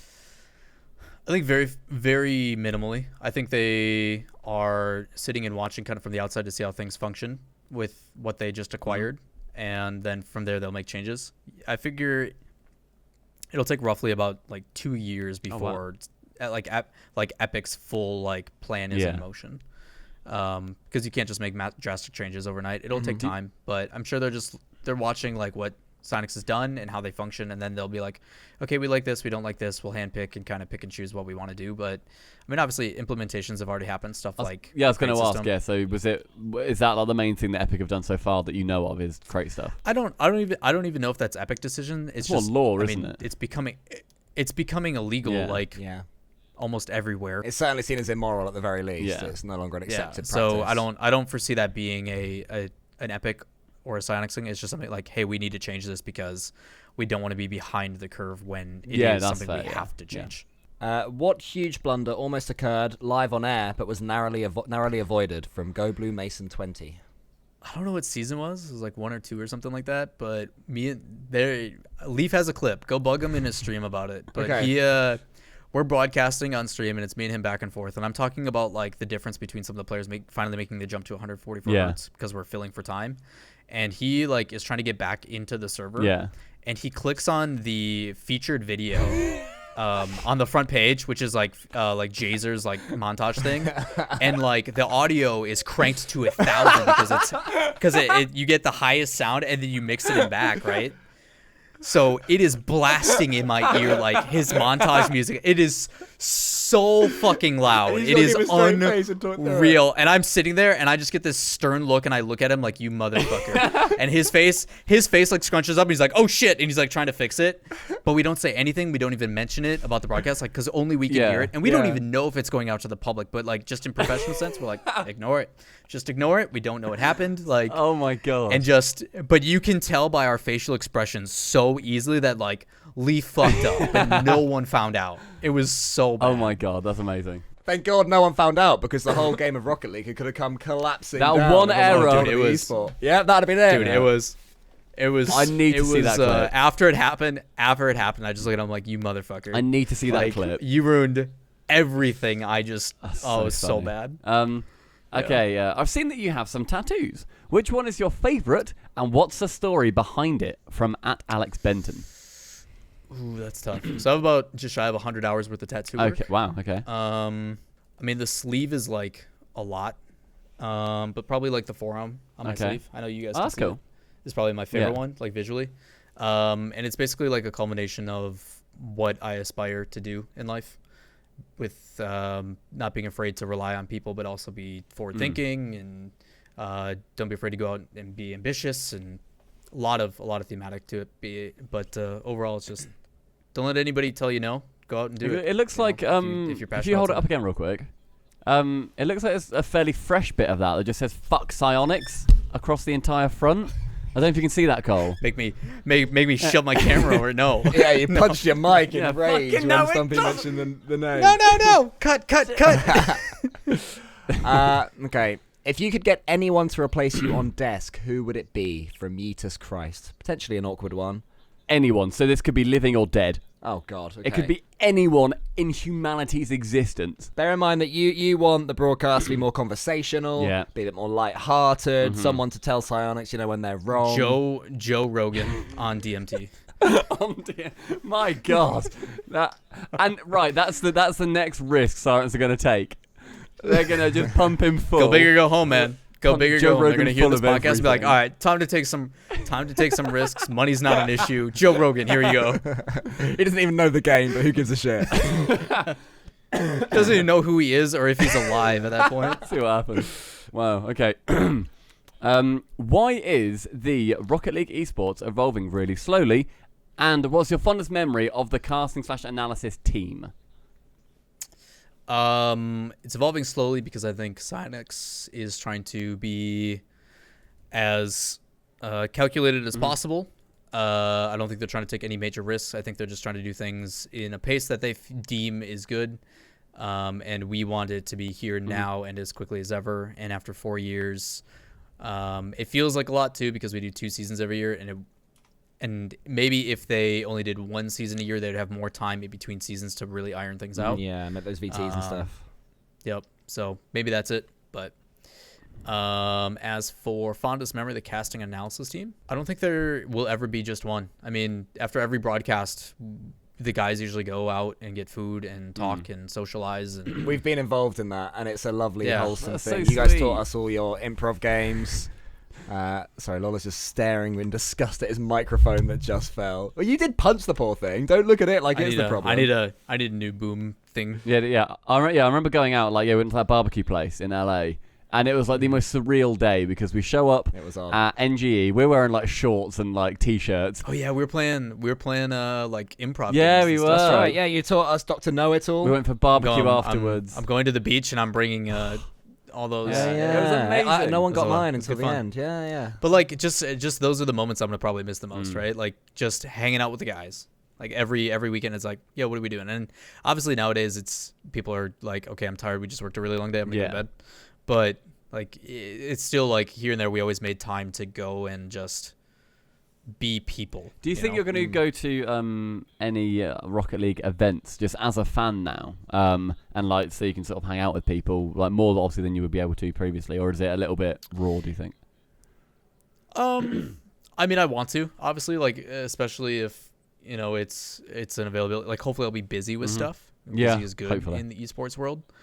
But yeah, if the opportunity presents itself, I wouldn't mind being there as a manager or as a coach or, whatever comes up. But if not, like, yeah, I still want to attend, and, who knows, maybe I start doing more content creation and that blows up and I can go, as a public I'd figure love in to that go sense with, to like, an John event Salmon and the just be guys, able to hang out with you. It'd be so good. Yeah. That'd be lovely. Yeah. It'd be great. Fantastic. It'd be great. So Okay, I reckon we should speed through these last ones. Okay. Just yeah, get through 100%. these. Let's so, go. is franchising the next step for Rocket League esports? Not like the Overwatch League with the cities, but like where teams buy the spots. From Bolan Nolan. Cool name. doubtful. Fair. What is behind the scenes process to your knowledge into putting on a weekly show such as RLCS League Play? I personally watch every broadcast twice. Once for replay analysis on the teams, and then if there's certain games that I specifically want to look more in detail that I'm not entirely sure about, I'll pull the replay files and rewatch those for specific things. And that can be anywhere from watching specific players to team. So I'll watch it like up to 2-3 times depending on what and how much detail I want. And then I'll watch it again as well. I'll watch all my own personal segments just to see if there's any things that phrasing wise I don't like, or just kind of personal feedback on that. And then the pre-show is always something that I had to prepare for. So going through that and kind of discussing with, Leaf and run a show for that and having meetings for that. But yeah. Cool. What are you looking forward to when it comes to RLCS and RL esports this upcoming season while not being on the desk? From Bopped the Bop. I cannot wait to spend time with you guys doing viewing parties. Yeah. Oh, yes, That's please. a good shout. I'm up for that. Jump on. Yeah. Yeah. Oh, the dream. Yeah. Okay. I know you're always helping pros and establishing themselves as content creators and helping them with contract stuff. Will you continue doing that? And as a non-pro, I still want to thank you for doing that and helping the pro scene in that way. From @Joe Ost. Yeah, my pleasure, Joe. Yeah, I mean, when I was a young kid, like, I wish I had someone that was willing to give guidance that wasn't a parent or somebody from that like, as a kid, you have a mentality of like, parents bad, they don't, it's just, it's get weird, it, right? yeah. So yeah, so having someone that is not that, just as an option, of course, if anybody ever wants to reach out that is a pro or aspiring or, whatever, that's like, hey man, like, we're talking with this org, but we're unsure and stuff like that, I will always be like, hey, have you considered these things? Like, because at the end of the day, like, as it always has been, even when I was a commentator, without the pros, casters don't have a job. Yeah. So, like, obviously I want to take care of them because obviously my friends are still on the broadcast. So yeah, 100%. Like, I will always offer if they need that advice. Same thing with the current pros that reach out that are like, hey man, can you look over replays just for, 100%, Cool. always. Speaking of which, could you make videos on YouTube analysing the games? We still want to hear your thoughts on each of these matches. From @GfolkBass. Yes, 100%. And why do that when we can do it live with Cole and Stumpy? Hey, we'll pop on. We'll see what's going on. Trying to kill them. Okay, for a fuck, we'll join you. Jesus fucking Christ. Just literally DM me. I want to talk to you often. Fucking hell. Do it via Stumpy. I'm rubbish at responding. Yeah, Cole doesn't. Yeah, whenever you talk. He reaches out to me. No, I do respond, but I'm not good at it. Whereas Stumpy, you come to me like, "Oh, Cole, we're gonna be, I don't know, going on a themed stream." So I'm like, "Oh, are we? Okay, cool. I'll be there." Yeah, just keeping up with my friends. It's a good thing. I'm complimenting you, but Fuck you look you, disgusting. I'm patrons. saying that you're good at. All right. What makes a good Rocket League caster / analyst? How important do you think game knowledge is versus charisma in each of these roles? From @GeoGiant96. Being a caster analyst is an entirely subjective thing, whether you like it or not. Then it's going to change from developer to developer, project to project, as well as from viewer to viewer. Not every viewer is going to like you, and their reason could just be like, hey, I don't like their personality. That is something you have to accept very early on. I do think game knowledge and charisma are both equal traits. I think depending on who you are, you're going to be better at one than the other. Prime example. Carpet is one of the most charismatic people in the world. He also has a pretty good knowledge base of the game. Same thing with all the other guys. Like, Seamus a fucking idiot.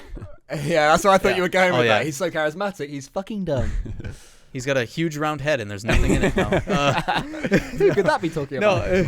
No, there's no right or wrong. Like, the reason why there is a large talent pool is because there is different personalities and knowledge bases, and people all bring their unique style, and that is going to be liked hopefully by at least some sort of demographic. So I don't think there is. Just be yourself, and if it works out, it works out. WonderTwin01 would like to know, Lawler, have you seen Epic Games have a positive, negative, or neutral impact on Rocket League esports so far? I have seen extremely neutral.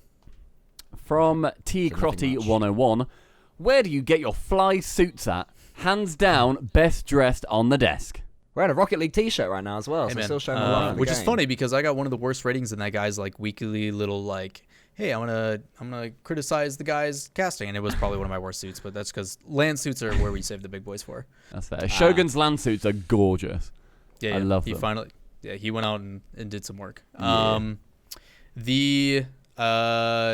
If you want like just good like starting suits, like if you want just a good tailored suit, go and get one from like Express. Express is a pretty big name American brand, EXPRESS.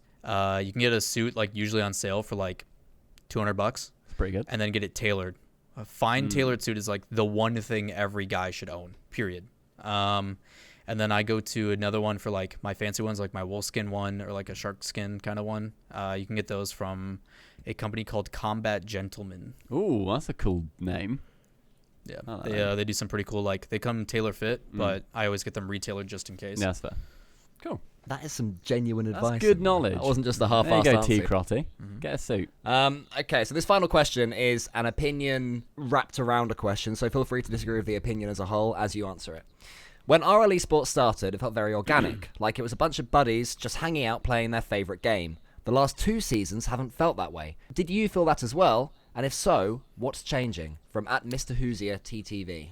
I feel that's inevitable with most things. When you first start a project, it's that honeymoon phase. Same thing as when you see a new team come together. They're just happy to be there. So I think that same thing happens with most things, and even more so in a public eye. So when the esports scene came to be and we started having the RLCS, it was just buddies hanging out because we just didn't expect it to last. We were like, yep, we're just gonna hang out, and then once things became serious, we started pulling the numbers that we did.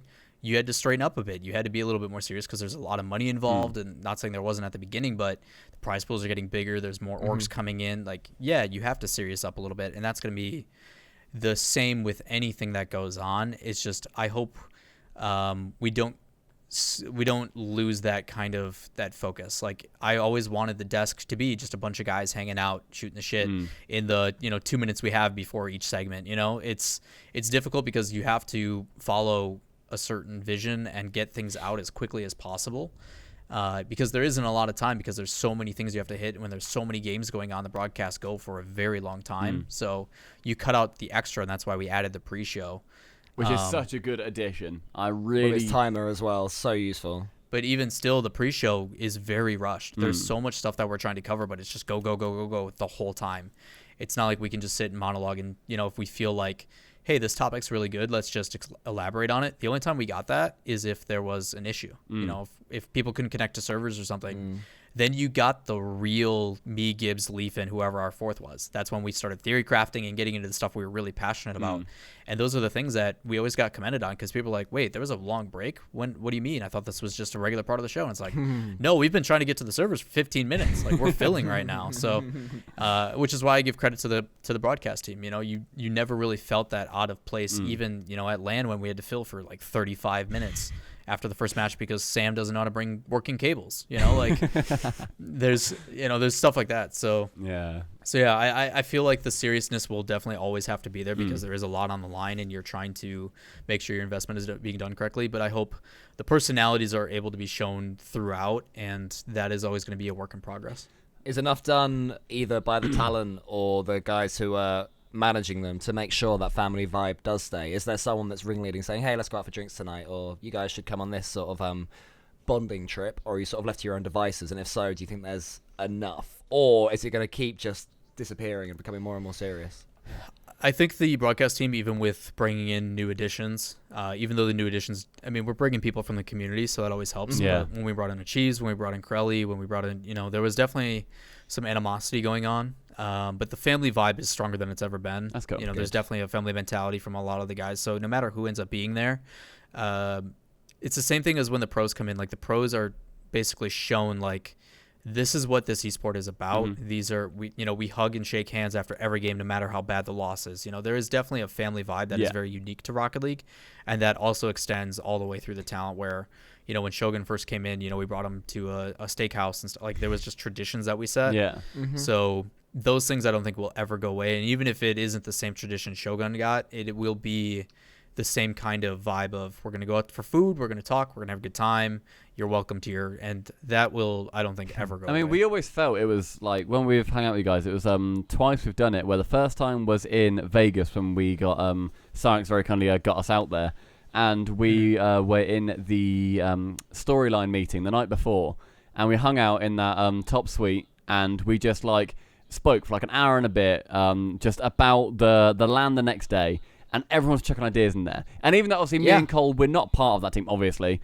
But if we chuck something out there, it's not people weren't just sort of like, yep. And then carried on with their point. It was then, oh, that's good. Right. How can we integrate that? And everyone was sort of bouncing off. Every time you put your hand up, I was just, because we were on different sides of the room. Yeah. And every time you put your hand up, I was thinking, come on, Stumpy, say something good. Don't fuck it up. Be good, be good. And I think you and I were on good form like that, because we had to be. Like, there was everyone that was anyone in RL eSports was there. So when I sort of suggested something, I was like, come on, please tell me this doesn't die. I remember Axeltoss got me to read a poem about everybody. Like, it was a post on the subreddit, and it was like the night before LAN. And he just said, hey, Stumpy's gonna read this poem, and just gave me his phone. I was like, cool, I guess I am. Fair enough. It was great. And then we anytime there's like new faces, even if we know you guys, we throw you to, because that's just how it is. Yeah. Like, if you guys can't handle that, you will not. I loved it. And then we also spoke about when we went for barbecue afterwards, when we came to NGE, and it was just the most warm, welcoming, incredible experience, and I absolutely adored it. But otherwise, Lawler, we're getting to the end. We've recorded for nearly 2 hours now. Yeah, have fun editing, man. Yeah, cheers, man. I can't wait. I'm gonna get this out by tomorrow because we've got to be at the fucking studios. I know. Cole, before I make your job easy, I'm gonna make it harder. So, Lawler, where can people find you going forwards? They're wondering, you know what? I want to see more of my favourite Lawler. Mauler. Where can they find you? Social media on everything is either Lawler or Lawler_RL. If you search Lawler Rocket League on Google, you will find There's me. an American football player called Lawler, isn't there? Or something, or baseball or whatever. There's a UFC fighter named Robbie Lawler, and then there's a professional commentator named Jerry the King Lawler. That's there's cool.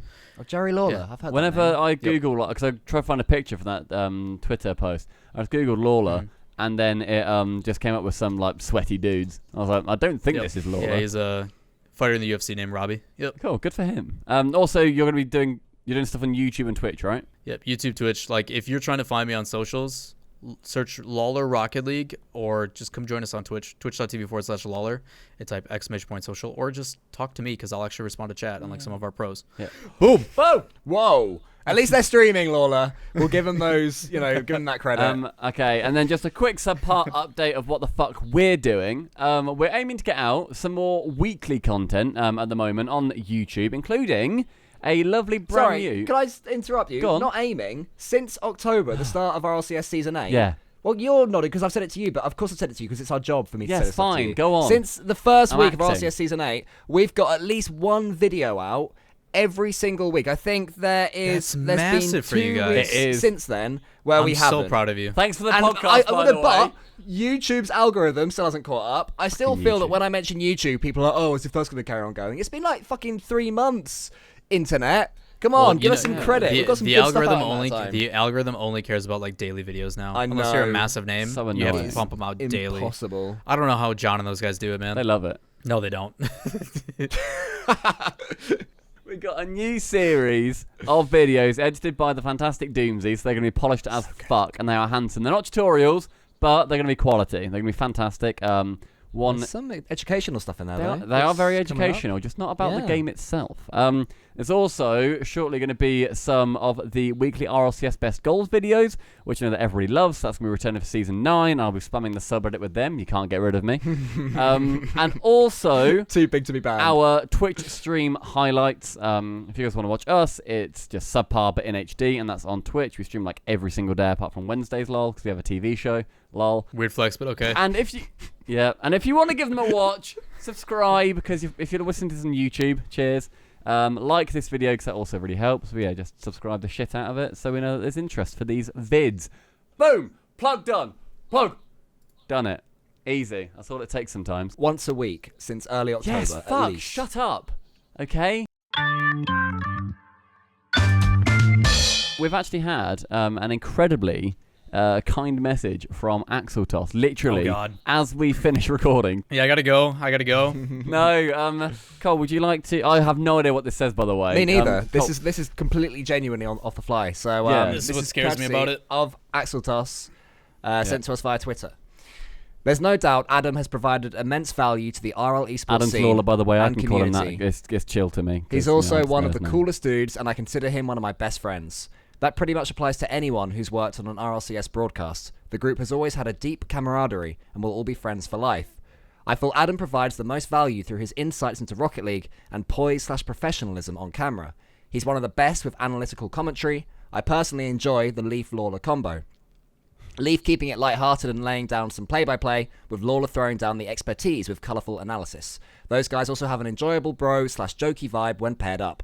When I hosted The Desk, Lawler was also one of my favourites to have up there in the conversation. He's a complete natural. Brackets, side note, one of my favourite calls in RL and esports history, Lawler in the moment with the 360 nose scope call during the Season 1 LAN. I think it was remember referring that. to a Lachinio shot. It was actually Kronovi with the 360. Yeah, no it's when he scope. it was when he was on the left side of the goal, wasn't it? And he Yeah. jumped and like he turned jumped. ri- He yeah, jumped I into the remember that. 360 and then tapped it back across his body to play it near post. And remember I that. remember getting a bunch of tweets and be like, "Was that a joke towards his nose?" And I'm like, "You decide." Like, I don't have many doubts about the success of Rocket League and RLCS into the future. It's that good of a game and product. It will be hard to stop it from continuing to expand globally no matter what decisions are made. Psyonix has a vision for RLCS, and they are pursuing that vision. For now, it seems that vision doesn't involve Adam or myself, or others that are no longer involved. As Rocket League continues to grow, there is more than just RLCS. I expect Adam to continue being involved in his own personal projects around the game, and both of us to be involved in the surrounding esports landscape as the industry continues to shoot the moon. Rocket League will be along for the ride, and could even become a leader in the space.